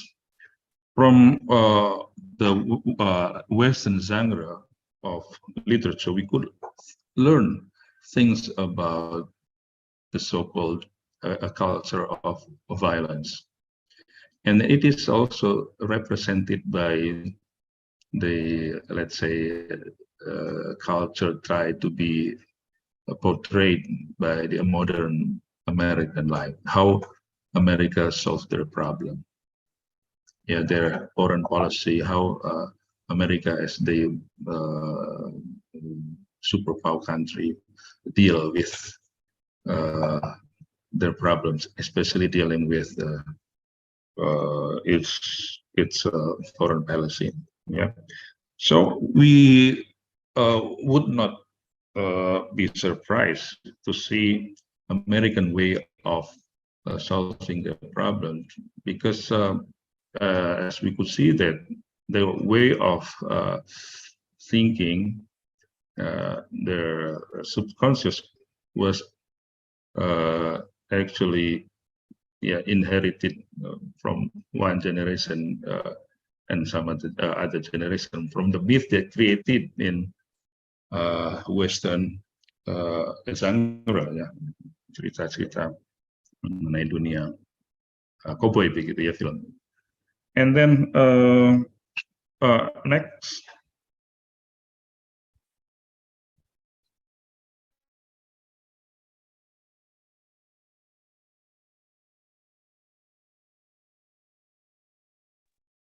Yeah.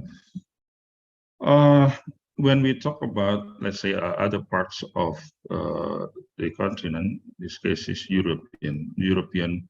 Of course, we have huge numbers of work of European work of literature that could be said to be a milestones of European work of literature. But it is very interesting for us to select one. And when we want to know things about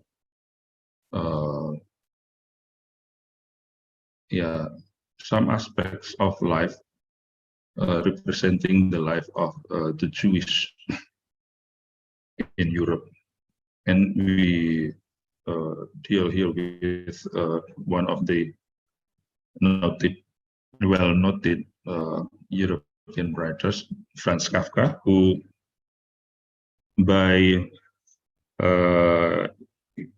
his let's say ethnicity or race, he's Jewish. Yeah, how Jewish people's life in Europe, let's say 100 years before, in the beginning of 19th century, at the end of beginning of 20th century, at the end of 19th century, could be well pictured in Franz Kafka work of literature. Franz Kafka works through his short stories or novels. He talks a lot about being a Jewish. His story reflects some of the experience of Jewish people's life regarding the so-called alienations, marginalization, repressions, how Jewish, let's say 100 years before, or 1.5 years before, feel their life problems. It is not as how Jewish is described as it is today, let's say as represented by Israel as a country, but the Jewish in 100 and 150 years ago, let's say, like what is represented in his very famous novel entitled Metamorphosis, in which the Jewish people were characterized by characters like animals like cockroach, or a very well-known short story about bucket riders. As Jewish people is represented by a very trivial light, and could not be actually well described whether it is human being or whether it is a thing, like a story entitled Bucket Rider. No, I would like to end my presentation with an examples of a song lyrics, because to a certain extent, a song lyric could be also understood as a work of literature. And once I introduce my students in my CCU classes with by presenting this song lyric entitled "An Englishman in New York." So it would be very interesting for the students, let's say, to know what are shared by American and English, and then what things differentiate Englishman and American that could be seen from this song lyrics. Actually, we could also listen to the song as well, but I'm not sure whether it could be played directly from the YouTube.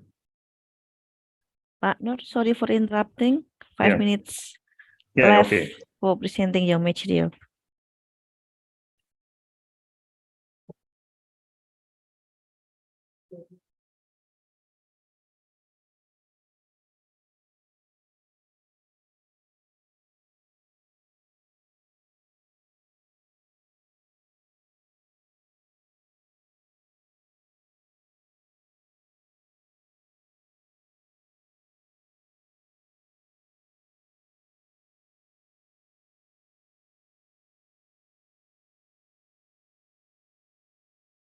Masih mute, Pak Nur? Tidak terdengar, Pak Nur masih mute. Yeah, I'm telling you that either in my literature class or my cross-cultural understanding class, I present the students with like a song like this one that will provide students of understanding and as samples of the differences of American culture and in English culture. And why I choose this material, because most of young people are interested in listening to song. Song lyric or songs is very close to students' daily life. Okay, take an example that this piece of work of literature could be source of studying a culture for the students in terms of explaining to the students of cultural differences and cultural similarity. I don't drink coffee. I take tea, my dear. I like my toast done on one side, and you can hear it on my accent when I talk. I am an Englishman in New York. So Sting, the singer of this song, said that as an Englishman, he doesn't drink coffee. Instead of drinking coffee, he drinks tea. Yeah? He drinks tea. And we know that the English tea is very popular term when we talk about culture of about drinking or things about the drinks and beverage. Yeah, I don't drink coffee. I take tea, my dear. So when Sting firstly visited the New York, the United States, he was very surprised to find out that most Americans drink coffee instead of tea. Yeah. I like my toast done on one side, while American like to toast on both sides, on one side and the other side. And you can hear it in my accent when I talk. I'm an Englishman in New York. So when we talk about American English and British English, it would be seen from their pronunciation as well, some differences in particular vocabularies. See me walking down Fifth Avenue, a walking cane here at my side. I take it everywhere I walk. I'm an Englishman in New York. If we see in the films, we see especially in old films, we could see that one of characterizing English people is they're happy to walk with their an umbrella, with a cane. Yeah, see me walking down Fifth Avenue, walking cane here at my side. I take it everywhere I walk. I'm an Englishman in New York. Well, people might think that England and the United States is just the same, are just the same. But in reality, although American ancestry, many of them are from England, but in later development, America and the United States and England become two different countries in terms also in terms of their culture. So Sting here tried to say that going to New York, being an Englishman in New York, he feels like being an alien. Yeah. Oh, I'm alien. I'm legal alien. I'm an Englishman in New York. Yeah. Oh, I'm alien. I'm a legal alien. I'm an Englishman in York. But regardless of the differences of England and the United States, there are commonalities or there are common values that might be shared by England and the United States, and then also could be well shared by any culture or any countries or any civilization, like what is presented here. If manner makes a man, as someone said, is the hero of the day. It takes a man to suffer ignorance and smile. Be yourself, no matter what they say. So manners, things which are shared and appreciated across culture, and it let's say shows differences. I'm alien. I'm legal alien. I'm an Englishman in York. I'm an alien. I'm a legal alien. I'm an Englishman in York. Modesty, propriety can lead to notoriety. You could end up in as the only one. Gentleness, sobriety are rare in the society. At night, candles is brighter than the sun. Okay. Besides manners, there are other values that actually are shared by people all over the world, or by all culture in the world. It's like modesty, modesty, propriety, gentleness, and then sobriety. All those cultural values that could be shared by people from different countries, different culture.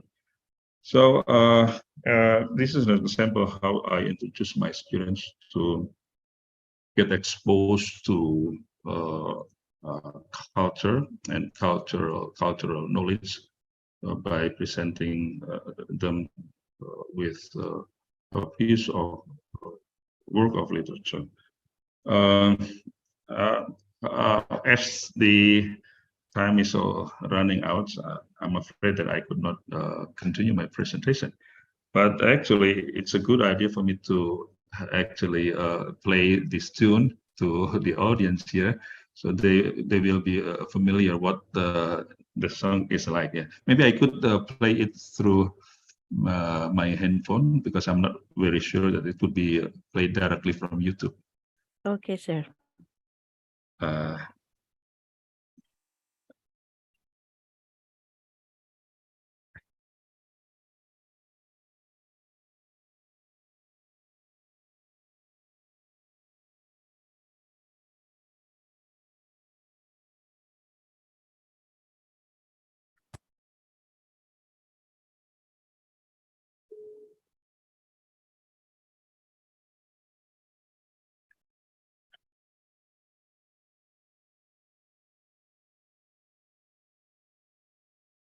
We can't hear you, Pak Nur.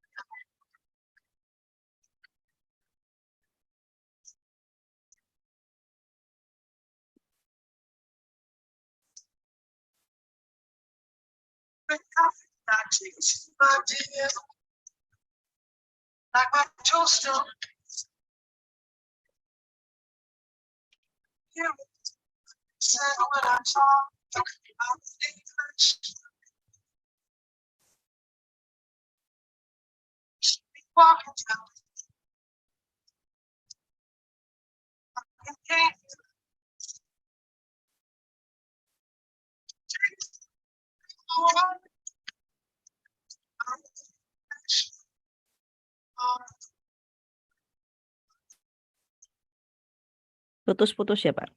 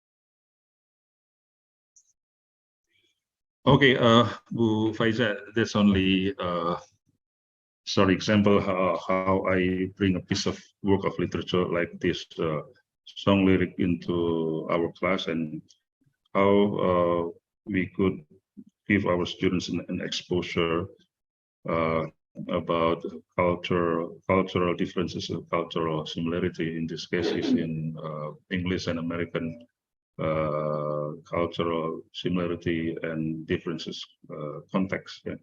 And this could be probably more interesting to the students instead of giving students, let's say, a very Theoretical material. yeah, theoretical theoretical explanations about culture and cultural differences. Yeah.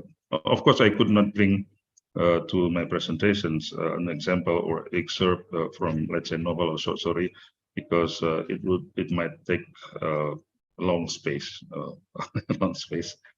in my slides. So I'd rather take one from a piece of song lyrics.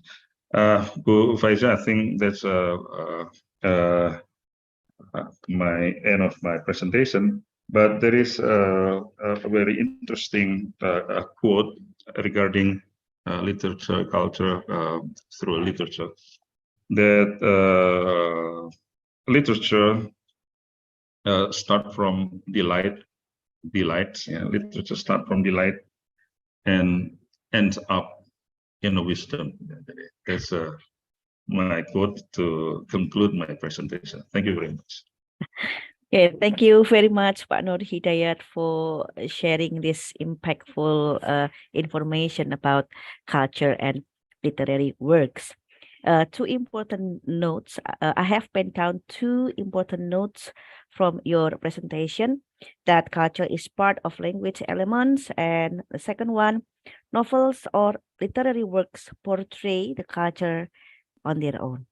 Okay, once again, thank you very much, Pak Nur, for giving us time for sharing your material. Thank you very much. Well, ladies and gentlemen, 3 speakers have already delivered their presentations, and now it's time for me to invite your participation in the seminar. If you have questions, type them down in the chat box or click the raise hand emoticon on your platform. Identify yourself and mention which speaker you address your question to. It seems that I have seen the first question in the chat box coming from Widi. This is for Pak Nur, sorry. What values should be adopted by the teacher in perceiving one fact in intercultural gap communication? Science, moral, and science or others? Could you put your questions much simpler? Could you say in different expressions probably, ya? Mungkin pertanyaan disederhanakan itu ya. Pertanyaan agak complicated karena barangkali kalimatnya kurang efektif atau kurang efisien. Yeah. Maybe it's about the relation about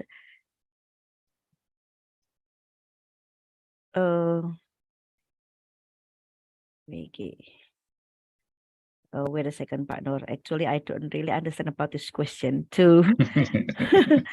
Yeah, it's too complicated, it seems. What values should be adopted by the teacher? Oh, maybe what value from intercultural gap communication that can be adopted by the teacher when he or she explain the material about intercultural gap in the class. Oh, yeah. I think there are two things implied by these questions. The first thing is relating to how we can learn values from work of literature. And the second thing is about cultural gap that we may find in reading a piece of work of literature, and how, in this case, teachers' role in helping the students understand the cultural gap within a piece of work of literature. Maybe I could give you a little examples of a very interesting works written by Umar Khayyam.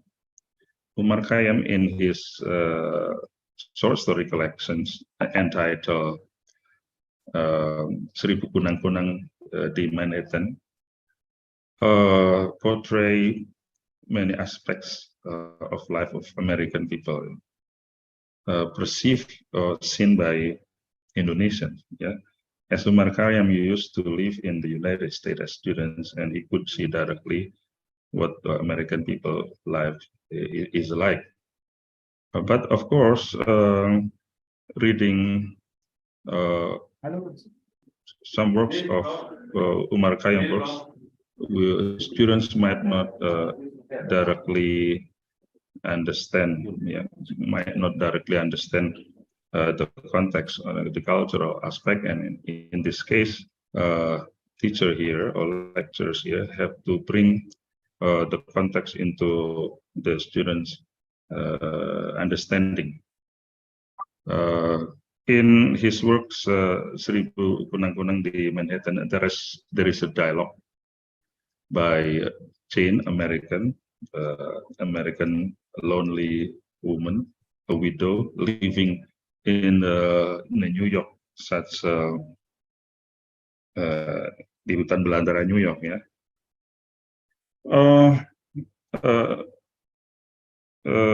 Jane staying together in his room with Marno, a Japanese man from Indonesia, begins the conversation by saying, Marno, bulan itu ungu.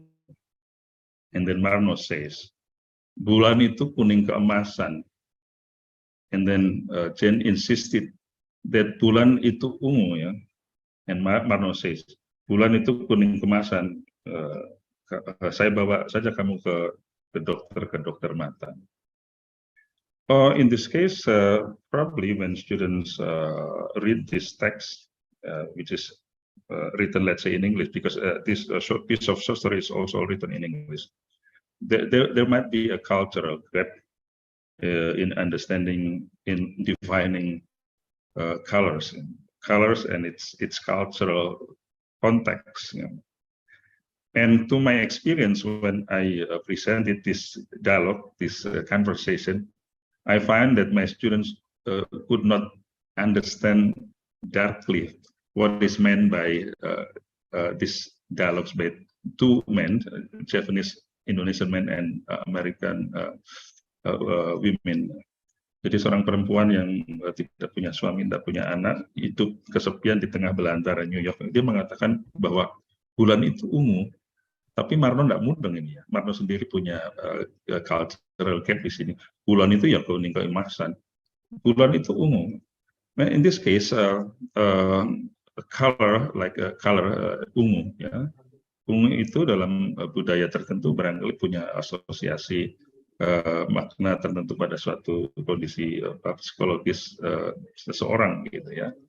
We know that ungu maybe also in Indonesia is related to things like state of emotional feeling, like loneliness, emptiness, nothingness, and things like that. And a student did not directly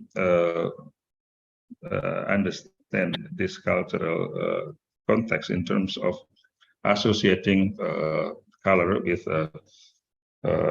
particular ideas about a psychological being, gitu ya. Ya, seperti juga Marno as a Japanese, he insisted that the bulan itu kuning emasan. But what is trying to be presented by Umar Khayyam is actually Jane here was trying to say to Marno that he was lonely. She needs a companion. He wants Marno to be with him. He wants Marno to stay the night with him in his apartment, right? Okay, it's an example of a cultural gap when a student read a particular piece of work of literature, and in this case, the teacher's role would try to help students' understanding by explaining to the students about how color might tell something in relations of a cultural aspect in relations to color, ya. Karena dalam kebudayaan manusia barangkali punya interpretasi yang berbeda mengenai bagaimana mereka mewarnai warna diasosiasikan dengan makna apa. That's I think clear examples about culture and cultural gap. Yeah. And also in the same piece of work of literature, students are introduced to many different kinds of beverage, drinks, known in Western culture, like gin, like martini, like whiskey, and like other alcoholic drinks that could be things are unfamiliar for Marno probably, or for students. And so in this case, teacher could also bring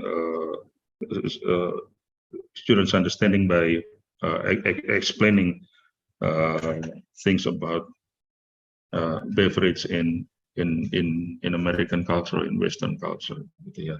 Apa sih bedanya whisky dengan sampahnya gitu? Apa sih bedanya martini dengan gin misalnya gitu ya? So when I teach my students cross-cultural understanding, I gave this piece of work of literature.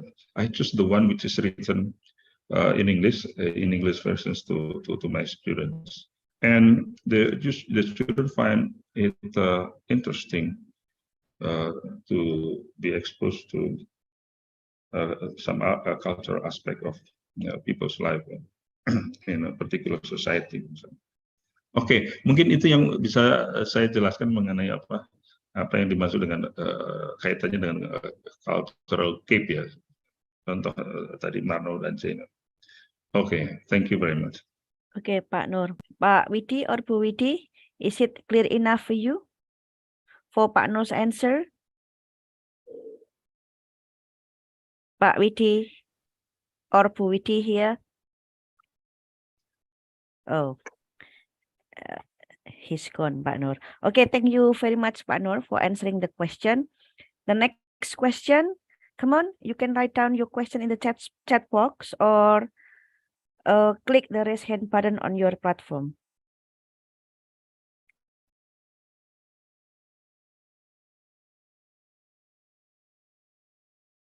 Mbak Isa? Ya, Pak. I saw a question addressed to me by also Pak Widi.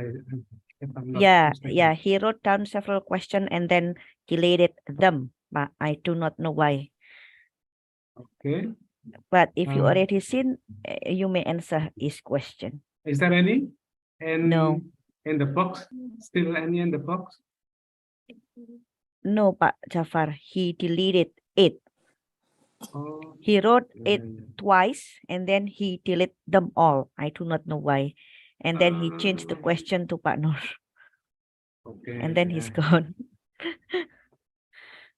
Oh, yeah, this another question, Pak Jafar, but it is for Pak Arso. Can you wait for a second, Pak Jafar? Pak Jafar? Yeah, yep. We have a question from Bu Siti, but this is directed to Pak Arso. Oh, Bu Siti, I saw the first question in the box to Pak Jafar. How are the strategies of code switching and code mixing? Ada juga. And releasing the obstacle in Okay, you may answer it first, sir. I didn't see it in my chat box. Okay, perhaps this is important for the other participants. Yeah. As questions by Pak Widi, how are the strategies of code switching and code mixing adopted in releasing the obstacle in intercultural communication? Yeah. Bu Faisa, Pak Widi, PhD from UNES. Yeah. Okay. Now he is the head of the, if I'm not mistaken, the head of bachelor degree in English language teaching at UNES, I suppose. See, he used to be my friend, my classmate in Master of ELD degree at UNES. Okay, sir. Okay, at first, to the question from Pak Widi, we have two different subfields of study here. One is translation studies and the other is social linguistics. I mean, code switching and code mixings are under the social linguistics topic, right? In translation, a technique or a procedure or a strategy means the act of giving or providing equivalent linguistic micro units. Yeah, I think in the level of clauses or sentences of one language for another language, yes, with different cultural contents. In social linguistics, code mixing and code switching are strategies to overcome the problems in expressing meaning or ideas, yeah, which seem to be usual speech patterns. It must be noted here in speech patterns, yeah, in multilingual and multicultural communities. So code mixing and code switching happens in the speech, yeah, while those techniques such as borrowing, calking, or loan, yeah, happens in translation strategies, right? And code mixing is the use of one word or phrase of one language in a sentence of another language, while code switching happens in the whole structural level or lexicogrammatical level of the language micro units. But Faisa in translation, the level of discussion can be on the level of text and on the level of micro units of the text. That is the clause or sentence. Sentence. Yeah. Yes.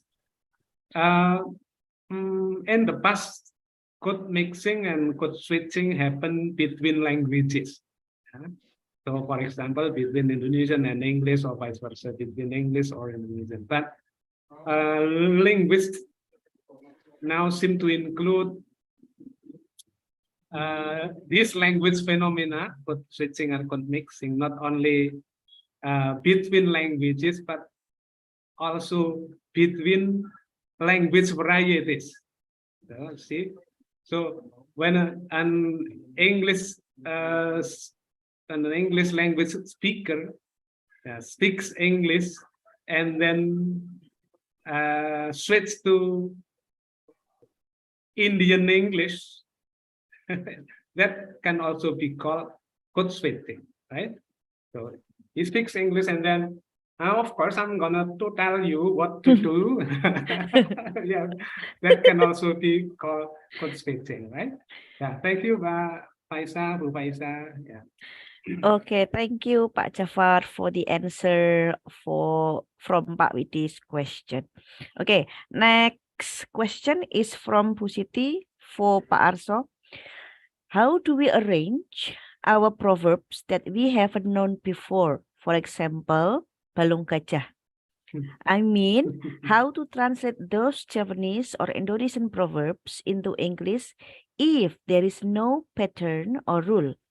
There are so many we have, like jangan mengukur baju sendiri, jangan ajari ikan berenang, menggunting dalam lipatan, and so on.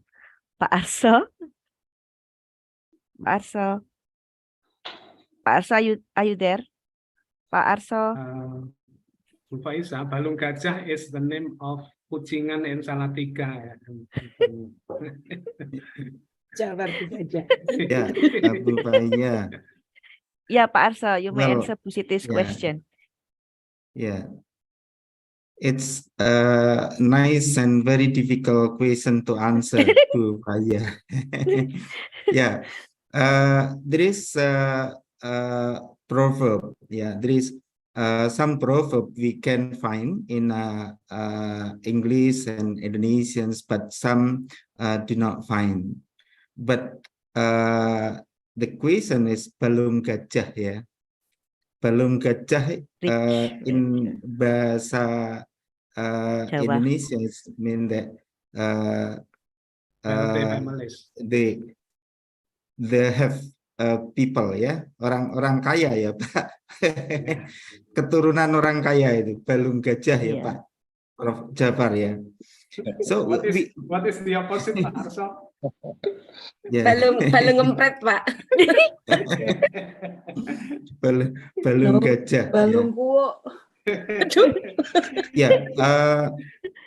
So there is no rule. There is no pattern, a particular pattern, particular rule to translate such proverb, but we can find in a book. Yeah, there is a book concerning English proverb. Yeah, so it may help you to translate such a proverb.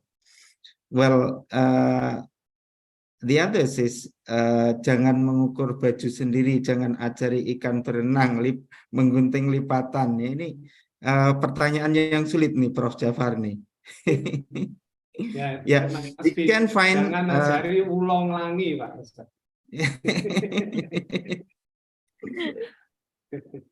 Yeah, there is a stern rule. There is no stern rule or stern patterns to translate the proverb. Yeah, but we can find a book concerning the proverb. Yeah.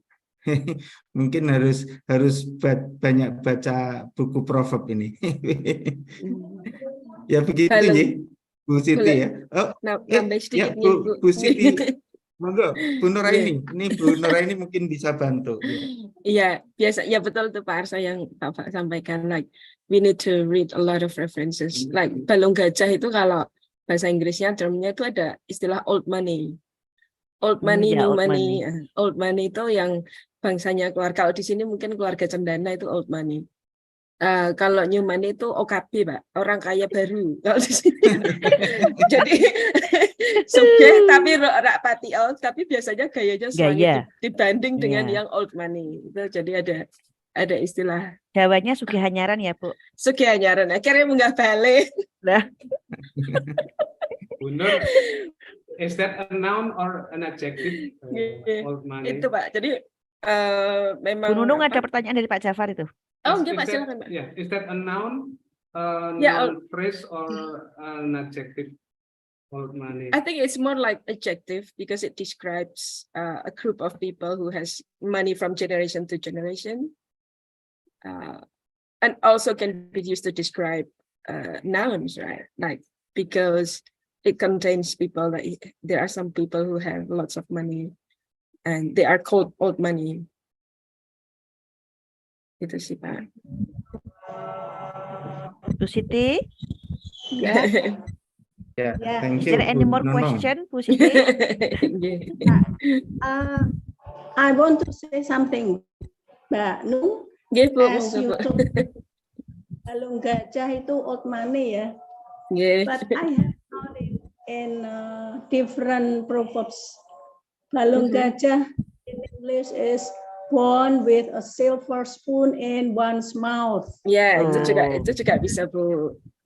In this case, I'm still confused how to find out the book containing those proverbs. Yeah, because in this semester actually I have to teach like lexical studies, and it relates with the proverbs, idioms, and something like that.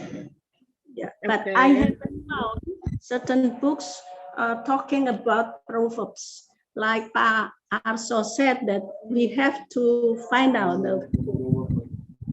how to find it.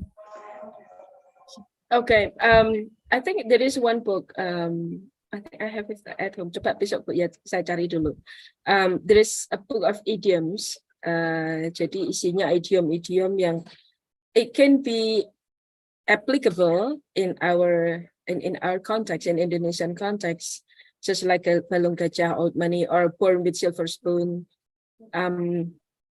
But it's just like maybe it doesn't cover everything that you want to teach to your student, but at least it can help provide some information about the term that the foreigners use to describe something or to give kind of like imagery about certain things. But I guess I can try to look for it. It's in my bookshelf. I hope I still can find it because I bought it from New Zealand and I use it because I translate words, so I'm gonna need that as one of my references. Coba besok saya carikan ya, Bu ya. Saya bawakan ke Ibu nanti. Thank you, Bu Nunung. Yeah. Okay, Bu Siti, is there any more? Or is it enough for the answer from Pak Arso and Bu Nung? Yeah, so in my conclusion, is it accepted if we translate the Indonesian or Japanese proverbs in English in the form of definition, because we have no certain verbs in English? It can be Pak Arso or Bu Nung. Okay. Pak Arso or Bu Nung, monggo silahkan. Pak Jafar maybe. Pak Arso, Pak Jafar. Okay. Pak Jafar, monggo. Yeah, thank you, Bu Siti. Yeah. Well, I have three things to say here. First, when translating a proverb, I think as our topic of discussion today, we should consider the cultural contents. Yeah. For example, in English, we have a sheep and wolf clothing. Yeah. Since sheep and wolf do not belong to our culture, so we don't know sheep, and we don't see yet fox or wolf. Then we can give the equivalent proverbs here, musang berbulu ayam. That is more appropriate. Not serigala berbulu domba, but musang berbulu ayam, which means similar. Yeah, that is one. And the second is that what is it? Lost, Mbak Faiza.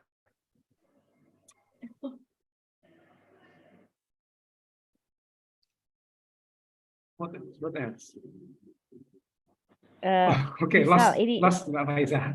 Oke, ini saya punya pertanyaan ya Pak. I have a question. Maybe you can answer my question. What about this proverb?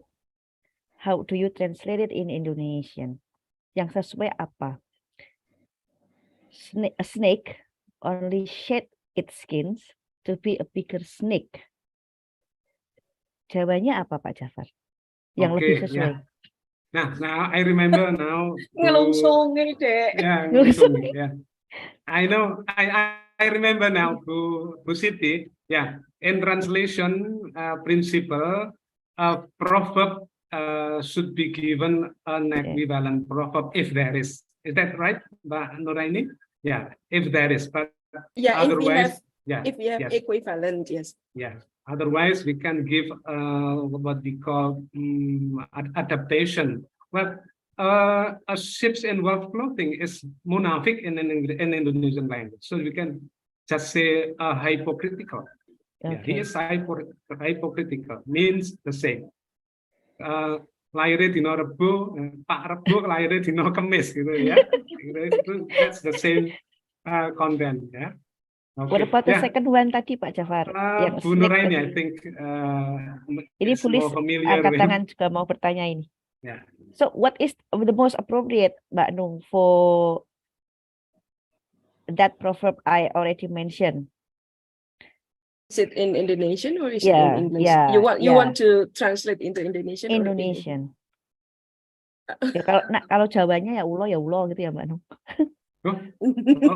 Ulo ya ulo. Okay. While we are thinking about it, a negative sense, Faiza? It seems I guess like it's negative, Pak. Negative, Pak Jafar. Kayak it's just like a sheep doesn't change its spot, right? Kayak apa?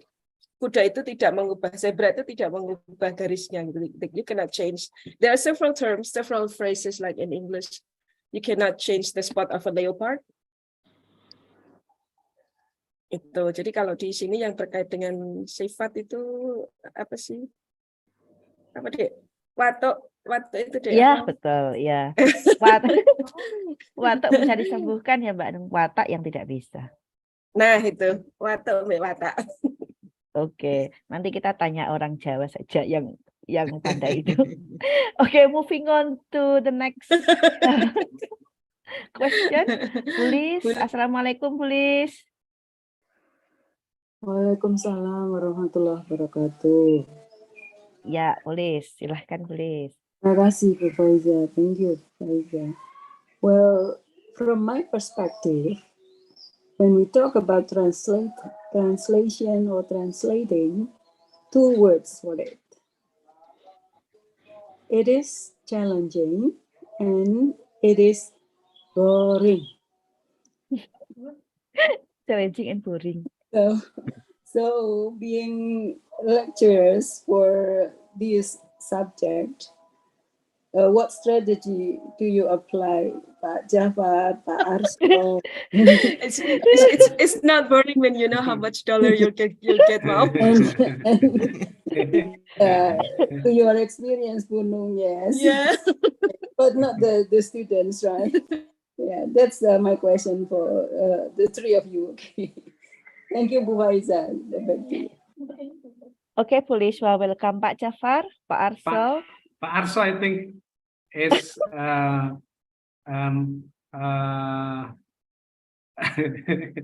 better to answer Both of the you, question Pak Jafar and Pak Arso. because he is a diligent lecturer.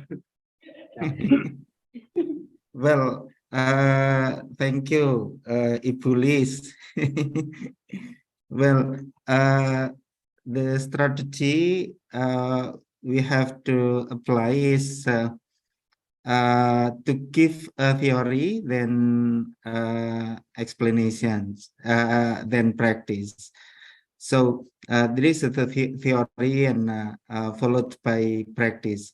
I think because of too much practice is makes boring. So we give a theory, I think make not so for them, Ibu Lisi. Kalau sedikit teori mungkin tidak Ibu ya.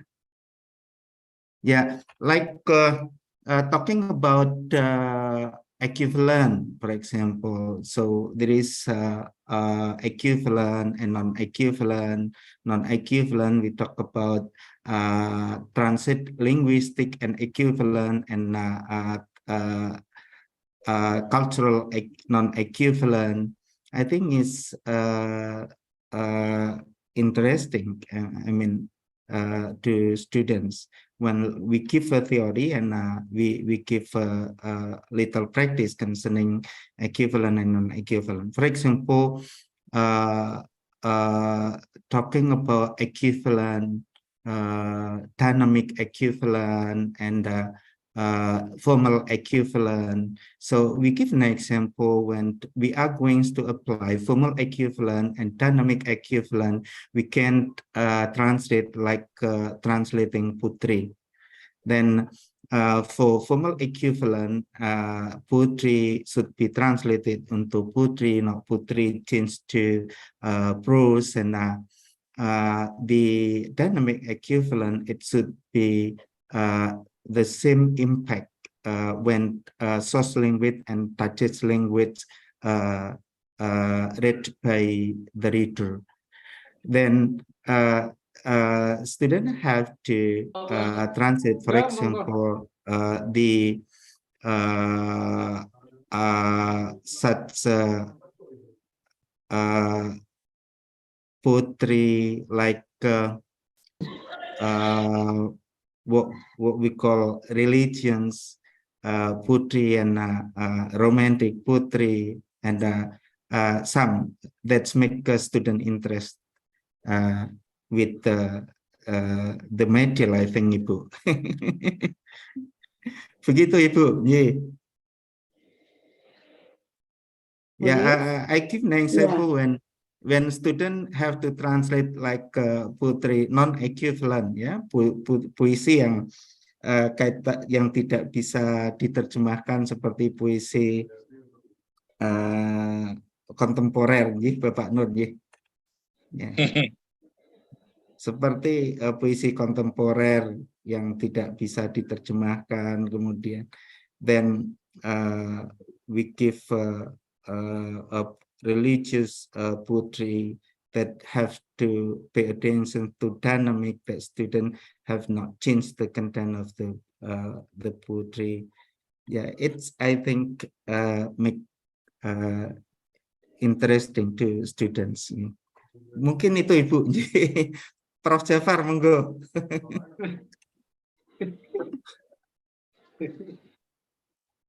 Pak Jafar, you can add some more. Okay, I think Pak Arso sudah mewakili, Bu. Kalau saya beri lagu dangdut Roma Irama, kemudian mencari padanannya dalam bahasa Inggris, misalnya langit sebagai atap rumahku dan bumi sebagai lantainya. Nah, itu adaptasinya apa, gitu, misalnya begitu. Jadi syukur-syukur kalau bisa menemukan bahasa Inggrisnya, provoknya, ya, tapi kalau enggak ya cukup parafrase dalam bahasa Indonesia. Ya. Saya kira begitu. Bapak Nur.